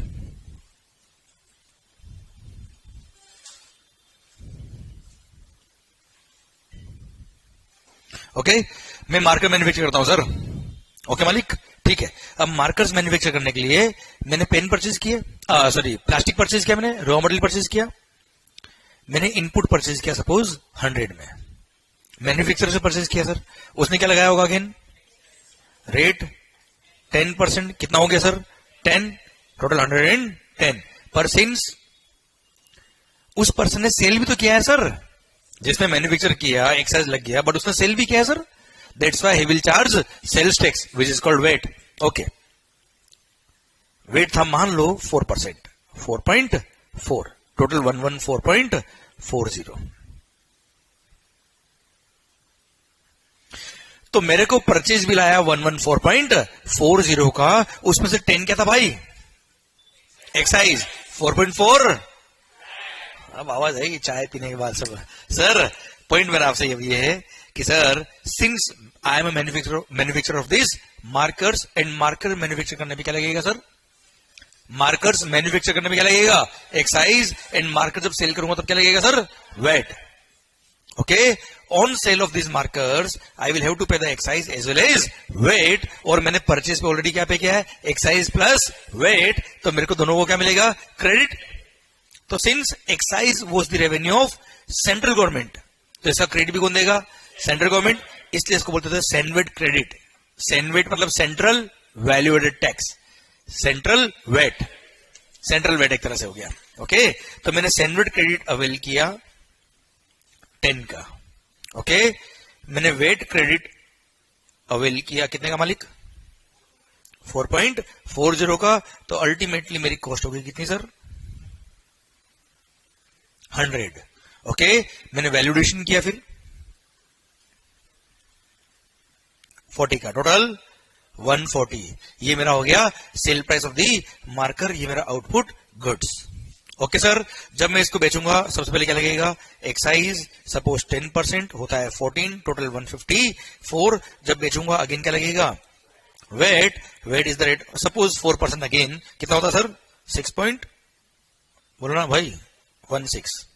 Okay clear sir, total 160.16। ये हमारा सेल इनवॉइस बन गया 160.16 का, इनडायरेक्ट टैक्स है। मैंने आपको 160.16 में सेल कर दिया, आपसे मैंने 160.16 ले लिया, इसमें से 14 क्या है जल्दी बताओ फास्ट, 14 क्या है, एक्साइज, किसको पे करना है, आवाज नहीं आ रही हो। ओके कैसे पे करूंगा, मेरे पास 10 का क्या पड़ा है, तो I will use CENVAT credit of ₹10 and balance 4 I will pay, good out. Okay 6.16 कैसे पे करूंगा मालिक, 4.40 का वेट क्रेडिट यूज करूंगा और बैलेंस 1.76 पे कर दूंगा, यस या नो। चलिए मेरा क्वेश्चन आपसे ये है, मेरा क्वेश्चन एक सिंपल सा आपसे ये है, मान लो कभी मेरे पास सेनवेट क्रेडिट एक्स्ट्रा पड़ा है, मान लो 20 का लायबिलिटी, 20 का क्रेडिट पड़ा है सर, और लायबिलिटी केवल 14 की है सर, सपोज 6 रुपये एक्स्ट्रा पड़ा है मेरे पास सेनवेट क्रेडिट, और वेट क्रेडिट कम है सर, क्या सेनवेट क्रेडिट वेट की लायबिलिटी को पे करने में काम ले सकता हूं क्या सर मैं, आवाज नहीं आ रही सर, पक्का नहीं, क्यों नहीं, डिफरेंट गवर्नमेंट्स, आपने एक्साइज पे किया था किसको, क्रेडिट भी कौन देगा, क्या वेट की लायबिलिटी के लिए सेनवेट क्रेडिट यूज कर सकते हैं क्या सर हम, चलो रिवर्स कैसे लेते हैं? मान लो कभी वेट का क्रेडिट एक्स्ट्रा पड़ा है, मान लो suppose if you have extra credit of VAT, can you use it for payment of liability of central tax excise? आवाज नहीं आ रही हो? Why not? क्योंकि आपने वेट किसको पे किया है? स्टेट गवर्नमेंट को। क्लियर? क्या सेंट्रल गवर्नमेंट क्रेडिट देगी कभी इसका? नहीं। क्लियर? समझे मेरी बात? इसलिए वेट का क्रेडिट वेट में काम आएगा, सेनवेट क्रेडिट सेनवेट के लिए काम आएगा सर। यस या नो? कारण क्या है? गवर्नमेंट, सेंट्रल गवर्नमेंट और स्टेट गवर्नमेंट, जिसकी रेवेन्यू जिसको मिला वही क्रेडिट देगा ना यार। सिंपल, लॉजिकल, पक्का? ओके चलिए, अब मेरा क्वेश्चन अगेन आपके लिए आ गया है क्या? आखिर ये 10 का क्रेडिट क्यों मिला? जल्दी से, क्योंकि भूल गए 10 का क्रेडिट क्यों मिला? जल्दी से, क्योंकि टैक्स लग रहा है पूरे 140 पे लग रहा है, which includes on which you already paid the tax, और वापस से पूरे 140 इंक्लूडिंग 100 पे टैक्स लग रहा है। So to avoid the multiple taxation and 10 का क्रेडिट मिला, हाँ या ना? एक्चुअली मेरा क्वेश्चन ये नहीं था, मेरा क्वेश्चन था आखिर ये 4.4 का क्रेडिट क्यों मिला सर? जल्दी से, 4.4 का वेट क्रेडिट क्यों मिला सर? क्योंकि टैक्स लग रहा है पूरे 154 पे लग रहा है, विच इंक्लूड्स 110। क्योंकि देखो 154 में एक्साइज भी है सर, हाँ है ना? ओके वापस बोलेंगे तो सर 4.4 का वेट क्रेडिट क्यों मिल रहा है सर?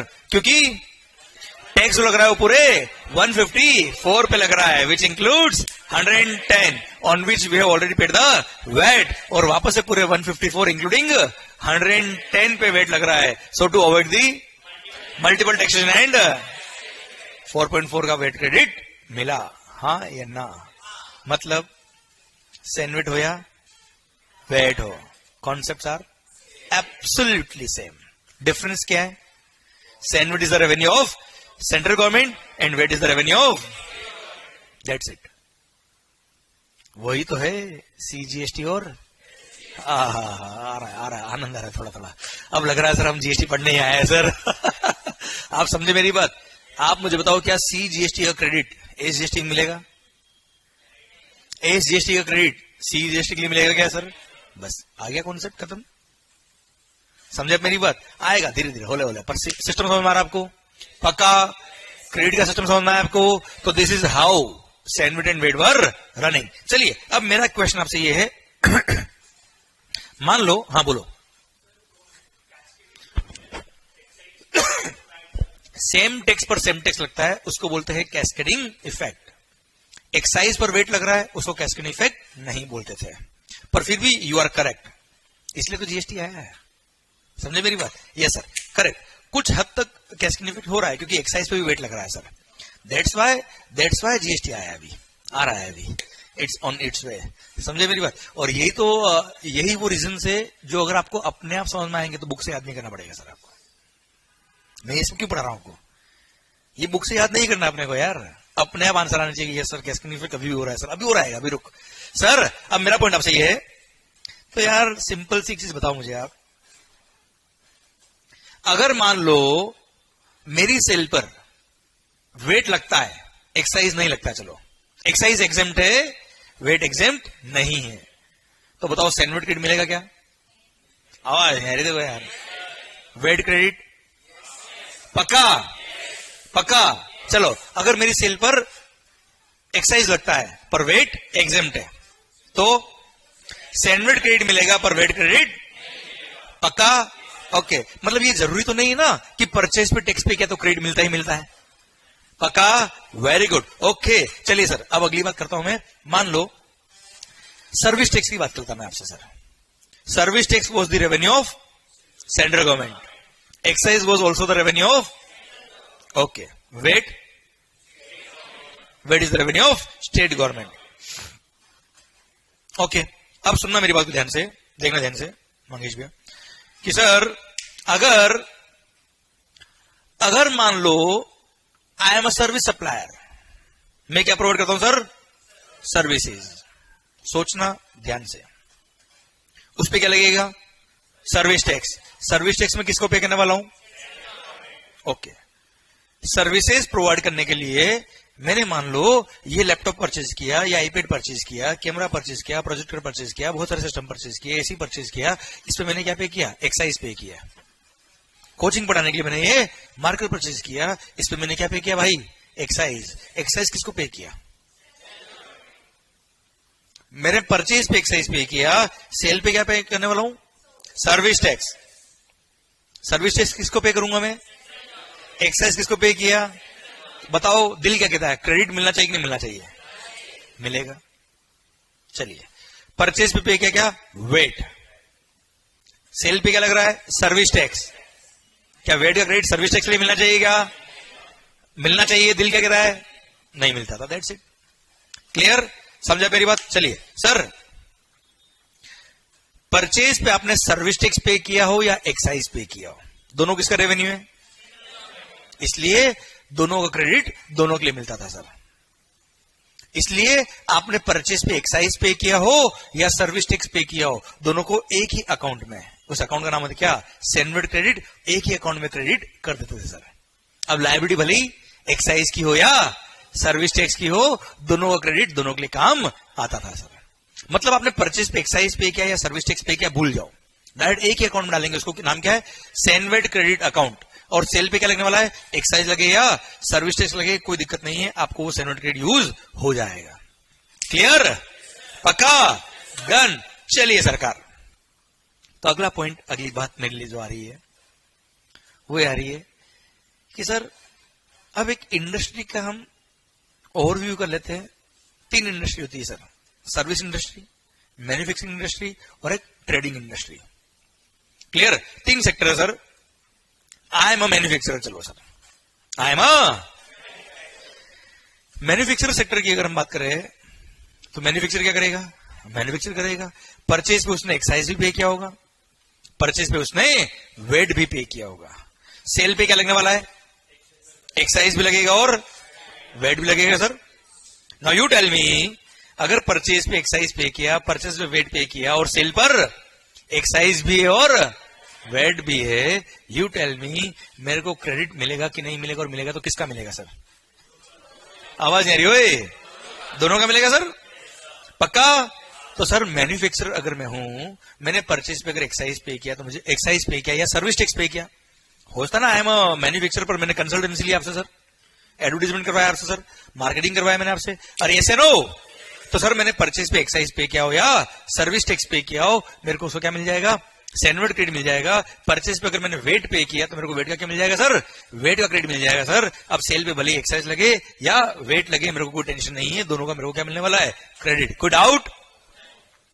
चलो सेकंड केस, मान लो आई एम अ ट्रेडर।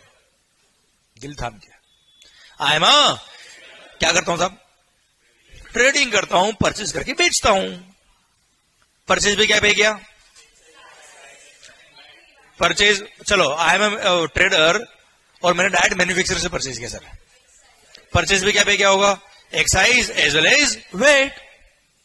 अच्छा, मैंने आई एम अ ट्रेडर, मेरी दुकान है सर, मेरा शोरूम है, मैंने आपसे मार्केटिंग सर्विसेज ली, आपसे ऑडिटिंग सर्विसेज ली, आपसे अकाउंटिंग सर्विसेज ली, उस पर क्या पे किया होगा? कई सारी सर्विसेज मैंने ली यार अपने बिजनेस के लिए। मेरी सेल पे क्या लगने वाला है? I am a trader, VAT. अब जब मैं सेल पे वेट पे करूंगा, परचेज पे मैंने एक्साइज भी पे किया है, सर्विस टैक्स भी पे किया है, वेट भी पे किया है, यू टेल मी किसका क्रेडिट मिलेगा, किसका नहीं मिलेगा? सिर्फ वेट का मिलेगा। सर्विस टैक्स का, एक्साइज का पक्का 100%।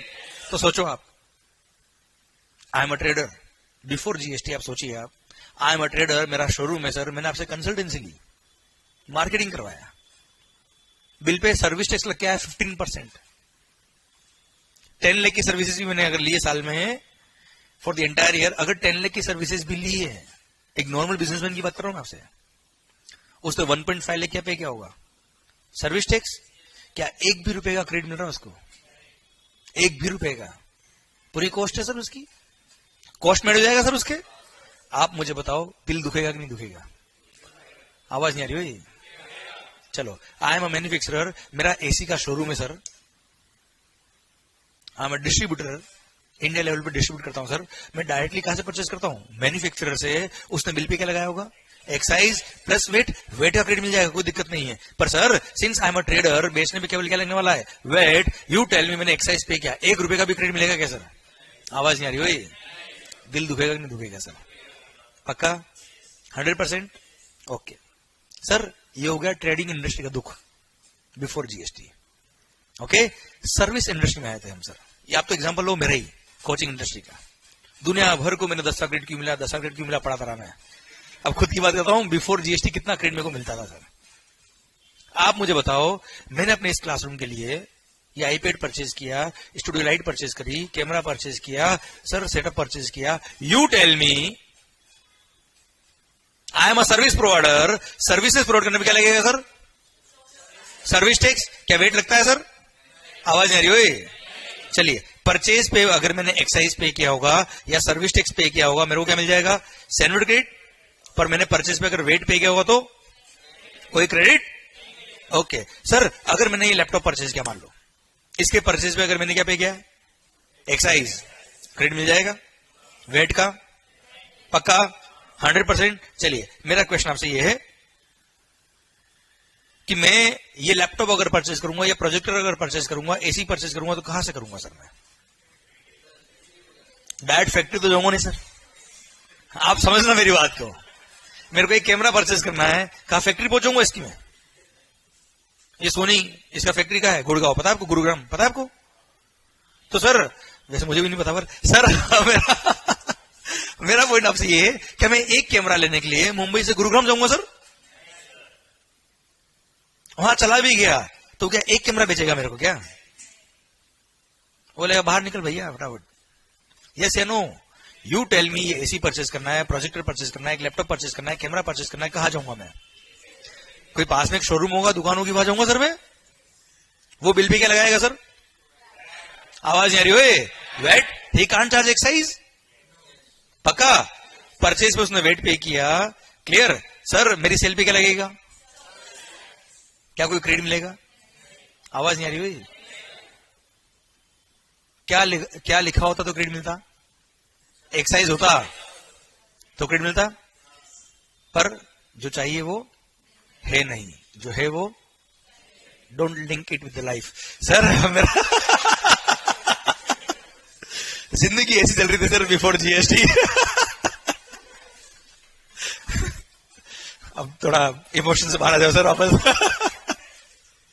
मेरा पॉइंट आपसे ये है कि सर प्रैक्टिकली होके सोचिए आप तो छोटा सा एग्जांपल लो इस क्लासरूम का यार। सर जो इक्विपमेंट आपको दिख रहा है, हर एक चीज कहीं ना कहीं मैन्युफैक्चर हुई है सर। मैन्युफैक्चर ने भी क्या लगाया?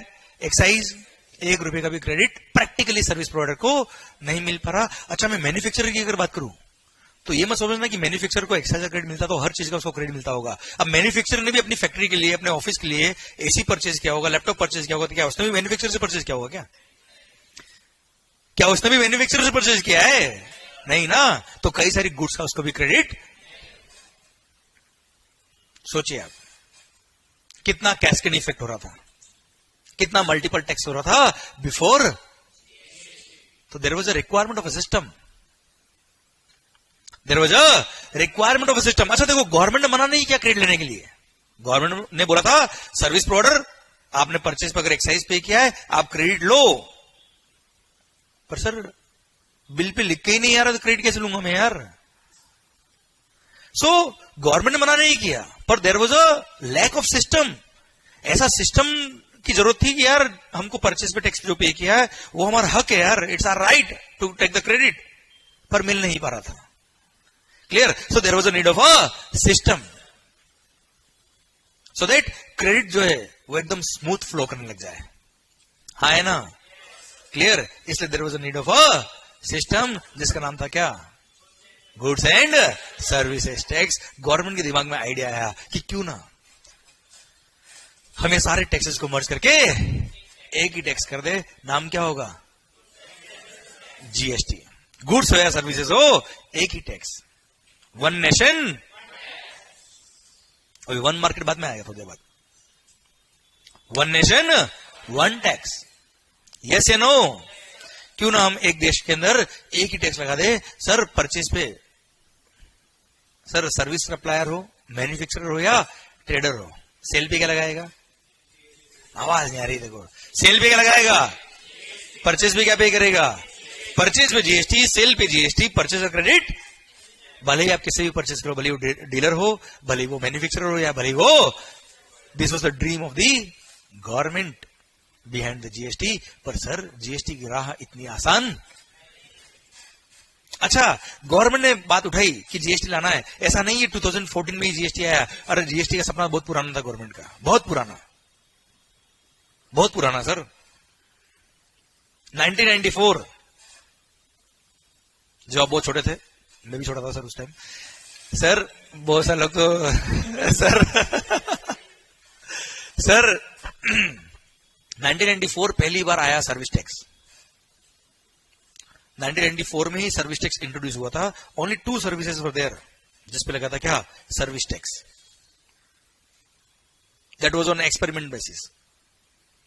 और सर्विस टैक्स का एक्सपेरिमेंट इतना सक्सेसफुल रहा गवर्नमेंट का, क्योंकि गुड्स पे टैक्सेस तो पहले भी थे सर, सर्विसेज पे कोई टैक्स नहीं थे। क्योंकि सर गवर्नमेंट ने देखा कि सर्विसेज भी तो अब सेल हो रही है, उस पर लगना चाहिए सर्विस टैक्स। तो गवर्नमेंट ने इंट्रोड्यूस कर दिया सर्विस टैक्स। धीरे धीरे धीरे धीरे बढ़ाते गए, बढ़ाते गए, बढ़ाते गए, और यू वोंट बिलीव 17 ईयर्स में, मतलब 2011 तक 119 सर्विसेज ऐसी थी जिन पे टैक्स था। और 2012 में तो कमाल कर दिया पांडे जी, और सर 2012 में बोल दिया सारी सर्विस पे लगेगा टैक्स।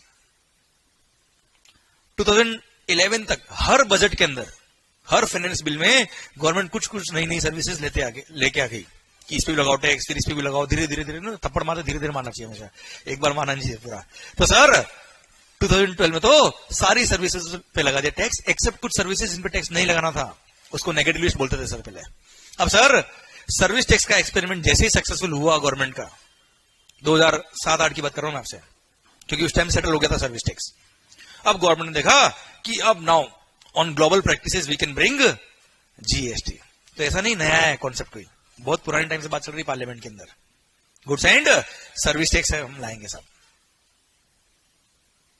और सर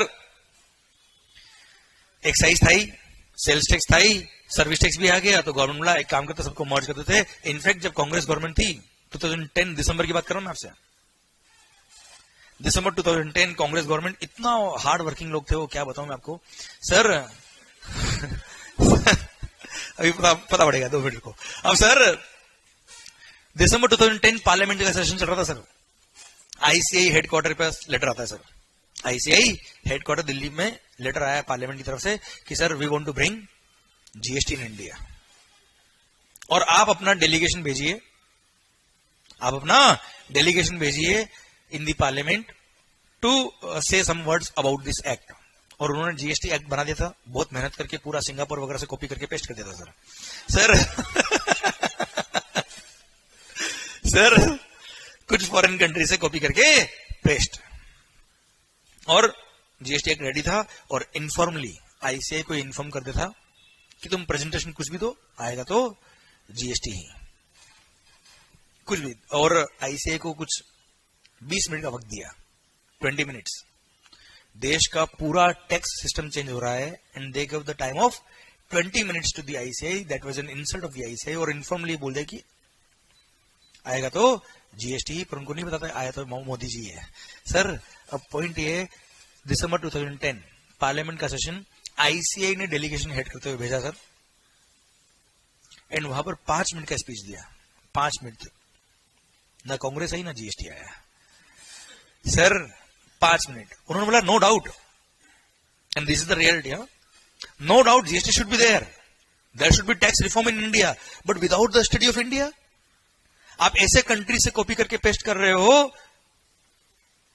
जो हमारे किसी स्टेट से छूटे हैं सर, सिंगापुर वगैरह, महाराष्ट्र से छूटे sir. And you want to bring the entire India at a single platform without the study of India.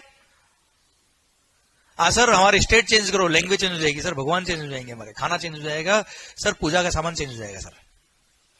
अरे हाँ है ना भाई, क्लियर। अच्छा, सर्विस टैक्स एक्साइज में कोई दिक्कत नहीं था, ये तो पहले भी एक ही थे, अभी भी एक ही है, दोनों के लिए मिलता था, कोई टेंशन नहीं। टेंशन किसी थी सर?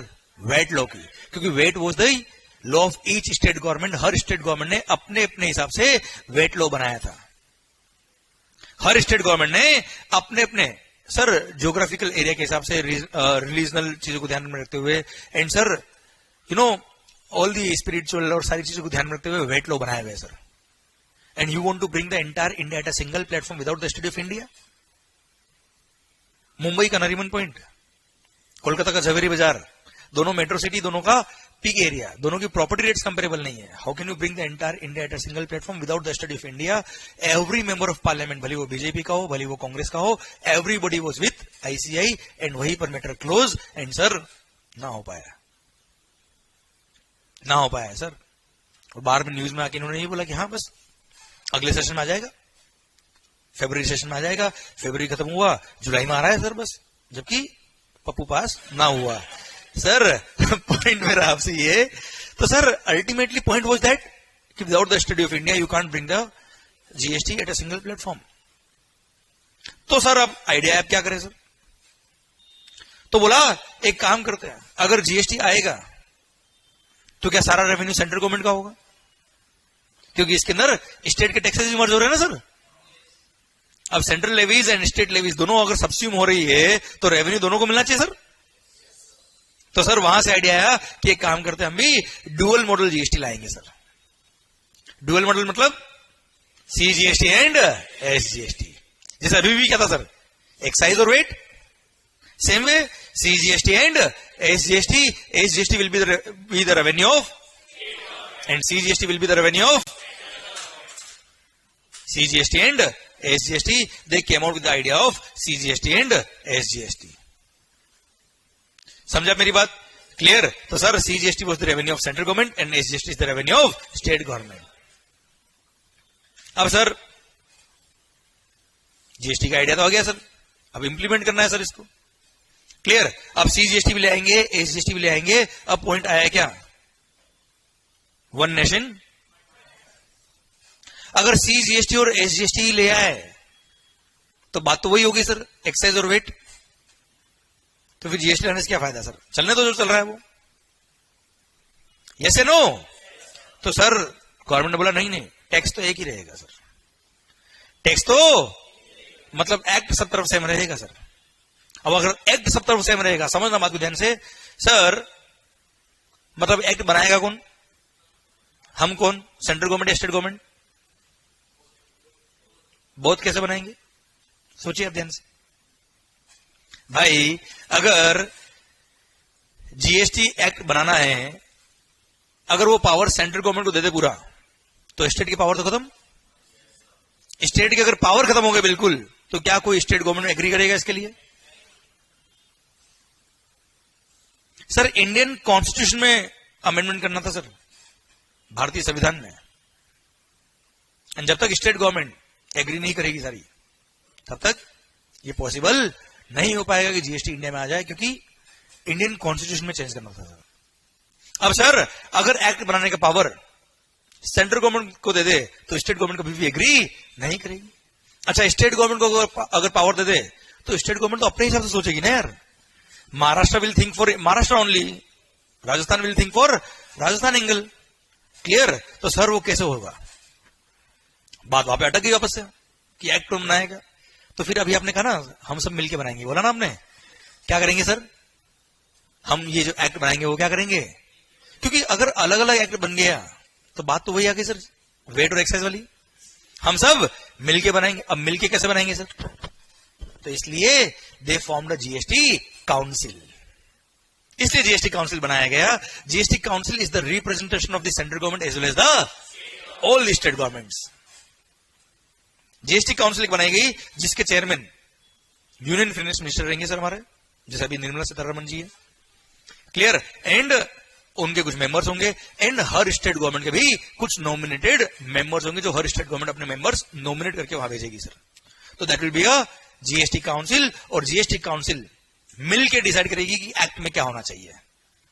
जीएसटी काउंसिल क्या करेगी? मिलके डिसाइड करेगी ये होगा, और वो जो मिलके डिसीजन लेंगे वो फिर भेजेंगे किसको? सेंट्रल गवर्नमेंट को और सारे स्टेट गवर्नमेंट को। और वो डिसीजन जो होगा सबके लिए कॉमन होगा, एंड सारे लोग एग्री करेंगे, तो सेंट्रल गवर्नमेंट भी इसको इंप्लीमेंट करेगी और सेम डे इसलिए इसलिए जीएसटी काउंसिल ने इतना बड़ा रोल प्ले किया कि पूरे देश के अंदर एक ही एक्ट है। अगर आपने सीजीएसटी एक्ट पढ़ लिया मतलब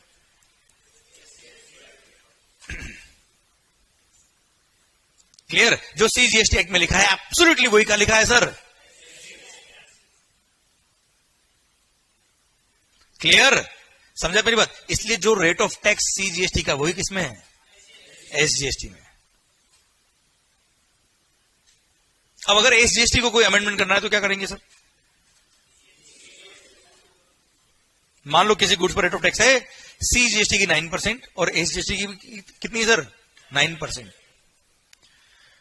मान लो साहब वेस्ट बंगाल में गवर्नमेंट बोलती है कि नहीं, हमको हमारे यहां पे एसजीएसटी में 6% करना है।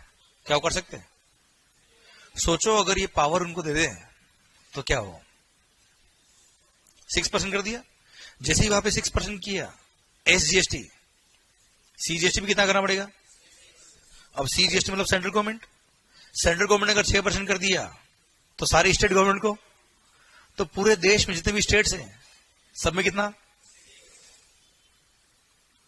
ममता मैडम बोले कल नहीं, वापस 9 कर देते यार, एक काम करते हैं सर कैसे रूल हो पाएगा आप समझे? दैट्स वाई जीएसटी काउंसिल बनाई गई। जीएसटी काउंसिल रिकमेंड करेगी तो ये अमेंडमेंट हो पाएगा, और जो उन्होंने रिकमेंड किया है वो सेंट्रल गवर्नमेंट में भी होगा। और समझे आप मेरी बात? इसलिए आपने सुना होगा कि इस बार जीएसटी काउंसिल की मीटिंग में ये डिसीजन लिए गए, हाँ है ना? क्लियर, वो जीएसटी को इंप्लीमेंट करने के लिए बहुत इंपॉर्टेंट है सर। ओके क्लियर, चलिए सर, यहां तक बात समझ में आ गई आपको? मेरी आवाज नहीं आ रहा है? चलिए सर, ओके अगले एग्जांपल, अगले पॉइंट की तरफ बढ़ता हूं मैं। पॉइंट मेरा आपसे ये है कि सर अब आपने ये बात कर ली कि सर जो सीजीएसटी, जो सेंट्रल गवर्नमेंट के टैक्स थे वो था सीजीएसटी, जो स्टेट गवर्नमेंट के टैक्सेस थे वो क्या था? ओके, मान लो मैं कहूं सर, मैं कहां बैठा हूं अभी, कुछ मुंबई महाराष्ट्र ना, अंधेरी, मैंने कोई गुड्स मैन्युफैक्चर किया, अभी जीएसटी आ गया है सर हिंदुस्तान में, मैंने गुड्स मैन्युफैक्चर किया और आपको बेच दिया। अरे क्लियर सर, आप भी कहो महाराष्ट्र में, मैं भी कहूं, मैंने कोई गुड्स महाराष्ट्र से महाराष्ट्र में बेची, within the state sale किया है, this is called intra state supply. क्या होता सर ये? क्या लगेगा सर? CGST and okay. चलो फिगर्स में कन्वर्ट कर लेते सर इसको।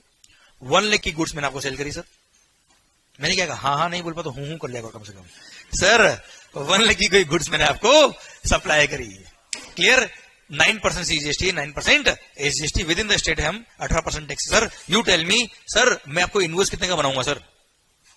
1 लाख प्लस 9% सीजीएसटी, 9% पक्का? ओके, तो मैंने आपके लिए इनवॉइस बना दिया, 9% सीजीएसटी, 9% एसजीएसटी, 9 लाख रुपए, 1 लाख पर 9,000 रुपए मैंने सीजीएसटी ले लिया, 9,000 रुपए मैंने एसजीएसटी ले लिया, आपसे कलेक्ट किया, इनडायरेक्ट टैक्स है, मैं किसको पे करूंगा? कौन सी गवर्नमेंट को? जल्दी बताओ। 9,000 किसको पे करूंगा? सेंट्रल गवर्नमेंट को। 9,000 कौन सी state government? Maharashtra state government को। क्लियर, पक्का? ओके, क्या नाम सर आपका? बिलाल भाई। तो सर आपने मेरे से गुड्स परचेज किया, आपने आगे सेल किया उनको, क्या नाम सर आपका? राज को। क्लियर, राज भी महाराष्ट्र में, आप भी महाराष्ट्र में, आपने गुड्स सेल किया किनको? कितने में? 2 लाख रुपए में। कितने में किया sir? Okay, again intrastate supply sir, 18% tax है, 9% सीजीएसटी, 9% एसजीएसटी, तो सर 18,000 क्या हो गया सर? सीजीएसटी, 18,000 क्या हो गया सर? एसजीएसटी। क्लियर, ओके, जब आप इनसे कलेक्ट करेंगे 18,000 सीजीएसटी, 18,000 एसजीएसटी, गवर्नमेंट को पे करेंगे, कौन सी गवर्नमेंट को पे करेंगे, कितना पे करेंगे सर? सेंट्रल गवर्नमेंट को पे करेंगे 18,000, उसमें 9,000 का क्या आपके पास क्रेडिट पड़ा है सर? अरे क्लियर, तो रिमेनिंग 9,000 आप क्या कर देंगे? सेंट्रल गवर्नमेंट को पे कर देंगे। महाराष्ट्र स्टेट गवर्नमेंट को कितना पे किया आपने? 9,000, उसका आपके पास क्रेडिट है, 18,000 पे करना है, 9,000 का क्रेडिट लेंगे और 9,000 आप क्या कर देंगे? गवर्नमेंट को पे कर देंगे। यस या नो? पक्का? Clear, okay. तो अल्टीमेटली कस्टमर से कितना लिया आपने? राज से कितना लिया? 18,000। 18,000 क्या किसके पास? सेंट्रल गवर्नमेंट के पास। 18,000 क्या स्टेट गवर्नमेंट के पास। अल्टीमेटली 36,000 आपने इनसे टैक्स ले लिया और गवर्नमेंट को पे कर दिया। पक्का? ओके मिस्टर राज, आपने गुड्स वहां से कहां बेचा? गुजरात में। गुड्स अभी महाराष्ट्र से कहां जा रहा है सर? क्या नाम सर आपका? चिराग। राज भाई ने गुड्स बेचा किसको? चिराग भाई को। एंड सर अब आप मुझे बताओ, गुड्स अभी गया महाराष्ट्र से कहा, this is what is called inter state supply. अब रेवेन्यू किसको दूंगा मैं? सेंट्रल को, पक्का। Before GST inter state sale पे लगता था सीएसटी। सीएसटी मिलता था किसको? स्टेट गवर्नमेंट को, और बाद में डिस्ट्रीब्यूट होता था सेंट्रल गवर्नमेंट को। पर आप मुझे बताओ, अभी सारा रेवेन्यू अगर सेंट्रल को दे दे तो क्या स्टेट गवर्नमेंट मानेगी? स्टेट गवर्नमेंट एग्री करेगी? बोले नहीं सर, वाह भाई मोदी जी, आप ही सारे लड्डू रोगे क्या हाथ में? है ना, क्या स्टेट गवर्नमेंट एग्री करेगी? इसलिए एक नया टैक्स इंट्रोड्यूस किया, नाम क्या था sir? IGST, integrated goods and services tax. CGST plus SGST. जो रेट सीजीएसटी का होगा प्लस एसजीएसटी, सर वो हो जाएगा कितना? आईजीएसटी। क्लियर? तो 9% सीजीएसटी, 9% एसजीएसटी, हो गया कितना? 18% आईजीएसटी। जब आपने गुड्स महाराष्ट्र से कहा बेचा साहब, क्या लगेगा? आईजीएसटी। मान लो टैक्स का अमाउंट था कितना? 50,000, वैल्यू छोड़ो भी आप। IGST is the 50,000। क्लियर? अब मेरा क्वेश्चन आपसे ये है कि आपने मिस्टर चिराग से, मिस्टर राज ने क्या किया होगा? 50,000 रुपये आईजीएसटी कलेक्ट किया होगा सर, 18% से जो भी अमाउंट बना है। क्लियर? अब 50,000 आपने जो आईजीएसटी कलेक्ट किया है वो किसको पे करोगे आप? तो सर गवर्नमेंट ने क्या किया? Sir this account is managed by central government. तो पहले आप आईजीएसटी पे करेंगे, एक अलग फंड बनाया गवर्नमेंट ने। क्या किया सर? सीजीएसटी का फंड अलग, एसजीएसटी का फंड अलग, आईजीएसटी का फंड अलग। आपने आईजीएसटी पे करना है सर। अब 50,000 आपको आईजीएसटी पे करना है। परचेज पे क्या पे किया सर इन्होंने? CGST and SGST 18,000 each. आप मुझे बताओ, क्रेडिट मिलना चाहिए कि नहीं मिलना चाहिए? दिल क्या कहता है आपका, मिलना चाहिए कि नहीं मिलना चाहिए सर? बिल्कुल मिलेगा सर।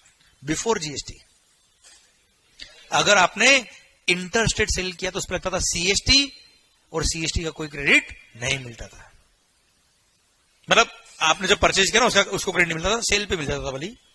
चलिए वो बात बाद में करता हूं मैं। पर अभी आपने क्या पे किया? आपने आईजीएसटी पे करना आपको। परचेज पे क्या पे किया हुआ है सर आपने? CGST and SGST. अब सर 18,000 सीजीएसटी, 18,000 एसजीएसटी, और सर आईजीएसटी पे करना है। IGST is a separate account sir. अब आप मुझे बताओ, 50,000 रुपये आईजीएसटी पे करने के लिए इनको क्या करना पड़ेगा सर? 18,000 सीजीएसटी का क्रेडिट यूज करेंगे, 18,000 एसजीएसटी का क्रेडिट यूज करेंगे, और बैलेंस 14,000 पे कर देंगे। ओके? आवाज नहीं आ रही हुई? अब एक बात समझना आप, अगर 50,000 आईजीएसटी पे करने के लिए आपने 18,000 एसजीएसटी का क्रेडिट यूज किया है, 18,000 सीजीएसटी का क्रेडिट यूज किया है, फंड कहां जाना चाहिए था? आईजीएसटी अकाउंट में। यस या नो? 18,000 पहले किसको पे किया आपने? स्टेट गवर्नमेंट को। 18 किसको पे किया हुआ है? जबकि अकाउंट में कहा जाएगा अभी? आईजीएसटी अकाउंट में। हाँ है ना? तो पता है जितना आपने क्रेडिट जो जिस टैक्स का आपने क्रेडिट आईजीएसटी को पे करने के लिए यूज किया, उतना उन गवर्नमेंट से फंड मांगेंगे, इस अकाउंट डालो सर। क्लियर? अब सर क्या होगा? 18,000 जो सीजीएसटी का आपने क्रेडिट यूज किया है, सेंट्रल गवर्नमेंट को बोलेंगे उतना अमाउंट आपके सीजीएसटी अकाउंट से निकाल के काट दो सर। और सर महाराष्ट्र गवर्नमेंट को बोलेंगे भाई साहब हो गया, ले आओ वापस पैसे सर। एंड 18,000 एसजीएसटी से निकल के कहा जाएगा? आवाज नहीं निकाल जाएगा सर। अब बताओ फंड का पड़ा है कितना पड़ा है? क्योंकि सीजीएसटी से 18 निकाल दिए, 18 निकाल दिए एसजीएसटी से, और 14 आपने और पे कर दिया। तो आईजीएसटी अकाउंट में कितना पैसा है सर? सीजीएसटी में 0, एसजीएसटी में फंड का है, गुड्स का है, गुड्स का है गुजरात। हाँ है ना सर? कहां पे गुड्स? गुजरात साहब ने कहा बेचा? गुजरात में बेच दिया सर। चलो गुजरात साहब ने कहा बेचा? राजस्थान बेचा सर। क्लियर? सर गुजरात से जब गुड्स आएगा Rajasthan, again it is a interstate supply. क्या लगेगा सर इस पे? IGST. Suppose 75,000 was the IGST liability, आपने सेल पे आईजीएसटी पे किया, कलेक्ट किया कस्टमर से। अब सर परचेज में आपने आईजीएसटी पे किया 50,000 रुपए का, क्या करेंगे आप?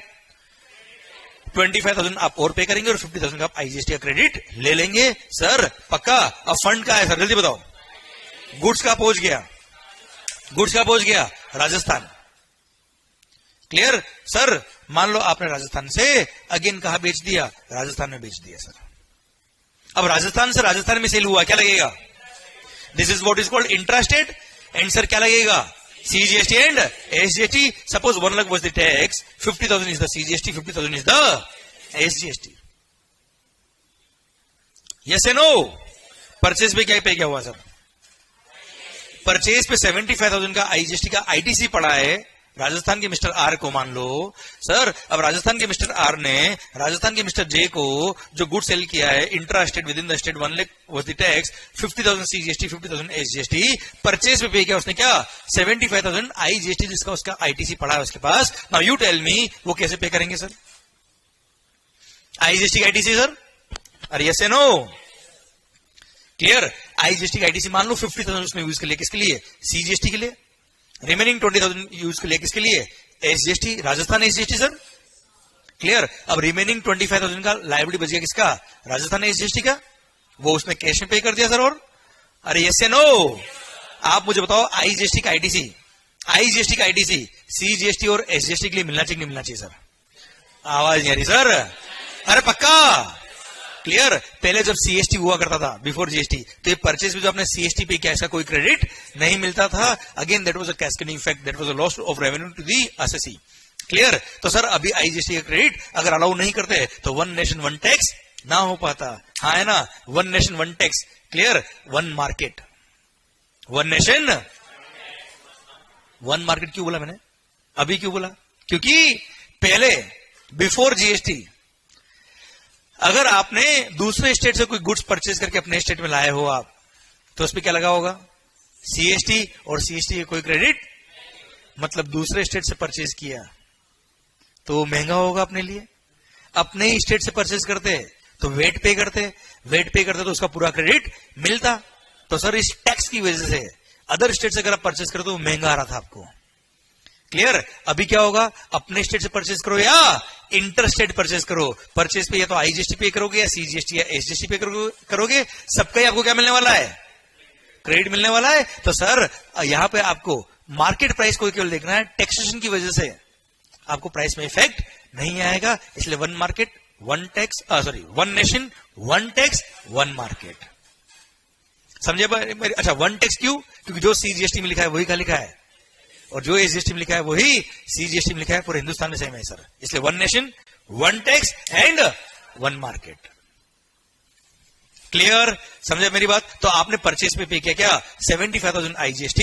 अब 1 लाख का आपका लायबिलिटी जो है CGST 50,000, CGST SGST 50,000। You will use 50,000 for CGST, 25,000 for SGST and remaining 25,000 आप और पे कर देंगे। अब मुझे बताओ फंड का रोटेशन कैसे होगा, जल्दी बताओ। IGST अकाउंट में कितना पैसा था sir? 75,000, out of which you have used 50,000 for, तो वहां से अमाउंट निकालेंगे और डाल देंगे CGST अकाउंट में कितना? 50,000। सेंट्रल गवर्नमेंट के पास पहुंच गया सर। 25,000 निकालेंगे, कहा डालेंगे सर? कौन सा SGST? Yes, Rajasthan SGST। और रिमेनिंग 25,000 आपने राजस्थान SGST पे कर दिया sir. Clear? Rajasthan SGST account में कितना पैसा है? 50,000 सर राजस्थान SGST में, CGST में, IGST में। आवाज नहीं आ रही ओए? पक्का? पक्का? और जिसने वो गुड्स परचेज करी थी वो मान लो था एंड कंज्यूमर। कौन था सर? अब वो आगे नहीं बेच रहा। खत्म स्टोरी ओवर। आप मुझे बताओ, देखो यार 1 lakh was the ultimately tax. Sir 1 lakh was the ultimately tax. उसमें से 50% मिलना था किसको? सेंट्रल गवर्नमेंट को। मिल गया क्या? मिल गया क्या? मिल गया सर। रिमेनिंग 50 किसको मिला था सर? कौन सी स्टेट गवर्नमेंट को मिला सर? अल्टीमेटली किसके पास रह गया सर टैक्स? अल्टीमेटली मैं बात कर रहा हूं स्टेट गवर्नमेंट के टैक्स की। सर 50% तो मिलना था किसको? सेंट्रल गवर्नमेंट को। मिल गया, बात खत्म। मेरा पॉइंट आपसे ये कि रिमेनिंग 50,000 किसको मिलना था? किसको? कौन सी स्टेट गवर्नमेंट को मिला है सर? गुड्स बना कहां पे? आवाज नहीं आ रही है। महाराष्ट्र बन के कहा गया? गुजरात। गुजरात से कहा गया? अल्टीमेटली कंज्यूम का हुआ, तो रेवेन्यू किसको मिल गया? मतलब न महाराष्ट्र को न गुजरात को रेवेन्यू मिल गया, किसको? राजस्थान को। सर अल्टीमेटली गुड्स कंज्यूम का हुआ है, इसलिए जीएसटी को बोलते हैं डेस्टिनेशन बेस्ड कंजम्पशन टैक्स। क्या बोलते मालिक? क्योंकि अल्टीमेटली गुड्स की डेस्टिनी क्या थी सर? अल्टीमेटली गुड्स कंज्यूम का हुआ है सर, तो वहीं पे रेवेन्यू मिल गया और उस स्टेट गवर्नमेंट को क्रेडिट मिला है, उस स्टेट गवर्नमेंट को रेवेन्यू मिला है जहां पे गुड्स क्या हुई है। But sir before GST, before GST ऐसा नहीं था। पहले वेट लो में क्या होता था सर? आपने within the state sale किया, परचेज किया, वेट लगा। इंटर स्टेट जैसे ही सेल किया क्या लगा? सीएसटी, और सीएसटी के क्रेडिट बायर को, तो मतलब वो रेवेन्यू कहां रखी थी सर? उसी स्टेट में रखी थी जहां पे गुड्स मैन्युफैक्चर हुआ है सर। हाँ है ना? तो sir before GST manufacturer based states जो थे उनको रेवेन्यू ज्यादा मिलता था, पर सर किस्मत बदलते वक्त नहीं लगता। एंड सर जैसे जीएसटी आया, कंज्यूमर बेस्ड स्टेट जो थे उनको रेवेन्यू अब ज्यादा मिलने लग जाएगा। हाँ है ना? कंज्यूमर बेस्ड स्टेट जो होंगे अब उनको रेवेन्यू ज्यादा मिलेगा। हाँ है ना? क्लियर? समझे मेरी बात आप? तो सर आप कहेंगे कि सर फिर तो जो मैन्युफैक्चरिंग बेस्ड स्टेट्स होंगे जहां पे मैन्युफैक्चरिंग ज्यादा होती है और कंज्यूमर कम होते हैं, वो तो फिर जीएसटी के लिए एग्री नहीं होंगे सर। वो तो बोलेंगे ना सर हम नहीं, हम क्यों लॉस करें अपना। अरे है ना यार, जब जीएसटी की बातें चल रही थी सर स्टेट गवर्नमेंट को मानना था ना इसको यार। वो बोलते नहीं हम तो नहीं मानते फिर। क्लियर? तो मैन्युफैक्चरिंग बेस्ड स्टेट क्या कहेंगे? नहीं नहीं सर हमको तो लॉस हो रहा है, we won't agree for GST, हमारा तो एक्साइज वेट चल रहा है वो बहुत है मान ली। तो यस या नो? इसलिए उनको बोला दुखी मत हो, तुम्हारे लिए एक और स्कीम है सर। मोदी जी कम तो है नहीं सर, कोई बात नहीं तुम चिंता ना करें, अगर तुमको लॉस होगा तो हम उसको क्या करेंगे? कंपनसेट करेंगे। क्या करेंगे सर? अब कंपनसेट कौन करेगा सर? Central government. वाह, सेंट्रल गवर्नमेंट के लिए हम क्यों करें कंपनसेट? हमारा तो एक्साइज आ रहा था, अच्छा था हमारा तो एक्साइज, क्या दिक्कत है? वो क्यों कंपनसेट करे? तो कौन करेगा? दोनों मिलके।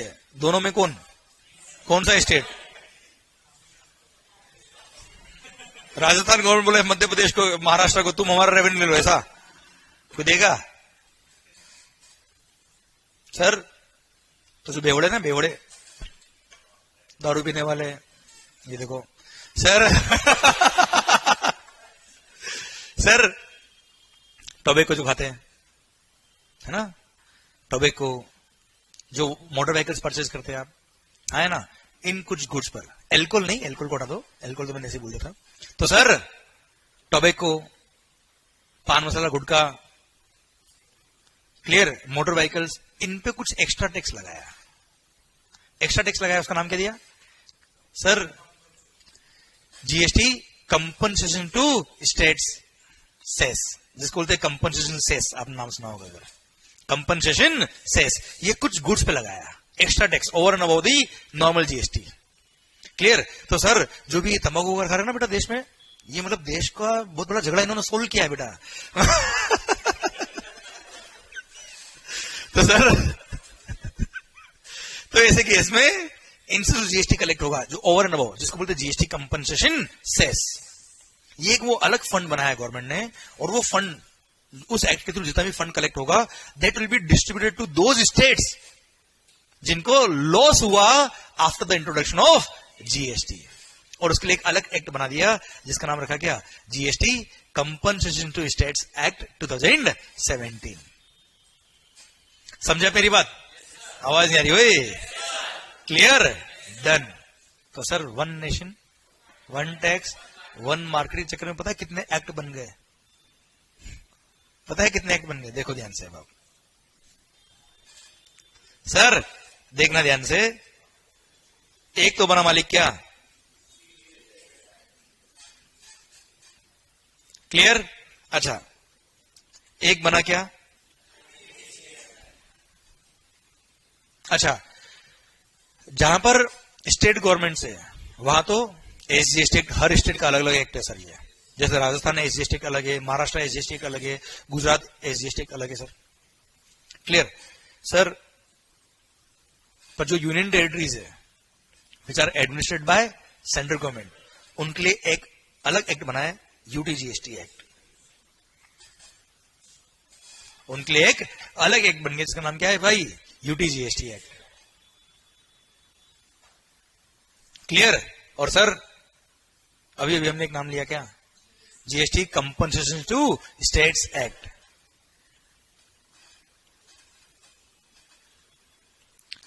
Compensation to states act.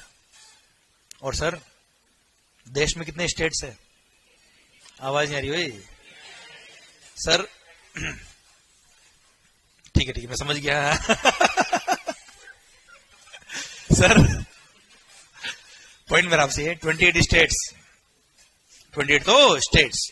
पर सर अगर आपको आइडिया हो, दिल्ली, यस दिल्ली आम आदमी पार्टी सर, हाँ है ना, आपने देखा होगा दिल्ली के अंदर अपना खुद का स्टेट लेजिस्लेचर है sir. Delhi is a union territory पर इसका खुद का अपना स्टेट लेजिस्लेचर है। क्लियर। पुडुचेरी जिसको पौंडीचेरी बोलते हैं, हाँ है ना। And third is Jammu and Kashmir, जो हमारा था, हमारा है और हमारा रहेगा सर। ये तीन पता पड़ा सर, अभी हम सब चालू हुए सर। तो तीन स्टेट, तीन यूनियन टेरिटरीज, दिल्ली, पुडुचेरी और जम्मू एंड कश्मीर, ये तीनों क्या है, यूनियन टेरिटरीज है, पर इनका खुद का स्टेट लेजिस्लेचर है सर। इसलिए इन तीनों का भी एसजीएसटी एक्ट अपने आप में अलग है सर। तो 28 तो स्टेट्स थे ही, क्लियर, प्लस 3 यूनियन टेरिटरीज का स्टेट एक्ट है सर। टोटल कितने हो गए मालिक, 31। तो इतने बन गए क्या, एसजीएसटी एक्ट। क्लियर। टोटल कितने हो गए सर, 35 एक्ट बन गए। क्लियर। तो सर जीएसटी को इंट्रोड्यूस करने के लिए 35 एक्ट पास करने पड़े। पर आप चिंता ना करें सर, आपने अगर सीजीएसटी एक्ट पढ़ लिया मतलब समझ लो आप 31 एसजीएसटी एक्ट भी आपको आते हैं।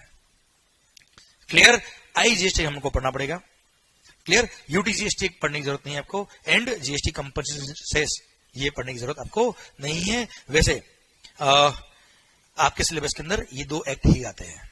ओके। और हाँ, as far as this act is concern, ये सिलेबस में नहीं आता, पर जस्ट बता देता हूं आपको कि सर गवर्नमेंट ने क्या किया, 2015-16 फाइनेंशियल ईयर जो था उसकी हर स्टेट की वेट रेवेन्यू कैलकुलेट करी कि हर स्टेट वाइज वेट रेवेन्यू कितना था, उसको बेस ईयर रख दिया सर, उसको बेस ईयर रख दिया और बोल दिया कि अगले 5 साल तक, नेक्स्ट 5 इयर्स तक हम आपका जो वेट का रेवेन्यू था 16-17 में, उससे कंपेयर करेंगे आपकी एसजीएसटी की रेवेन्यू कितनी थी।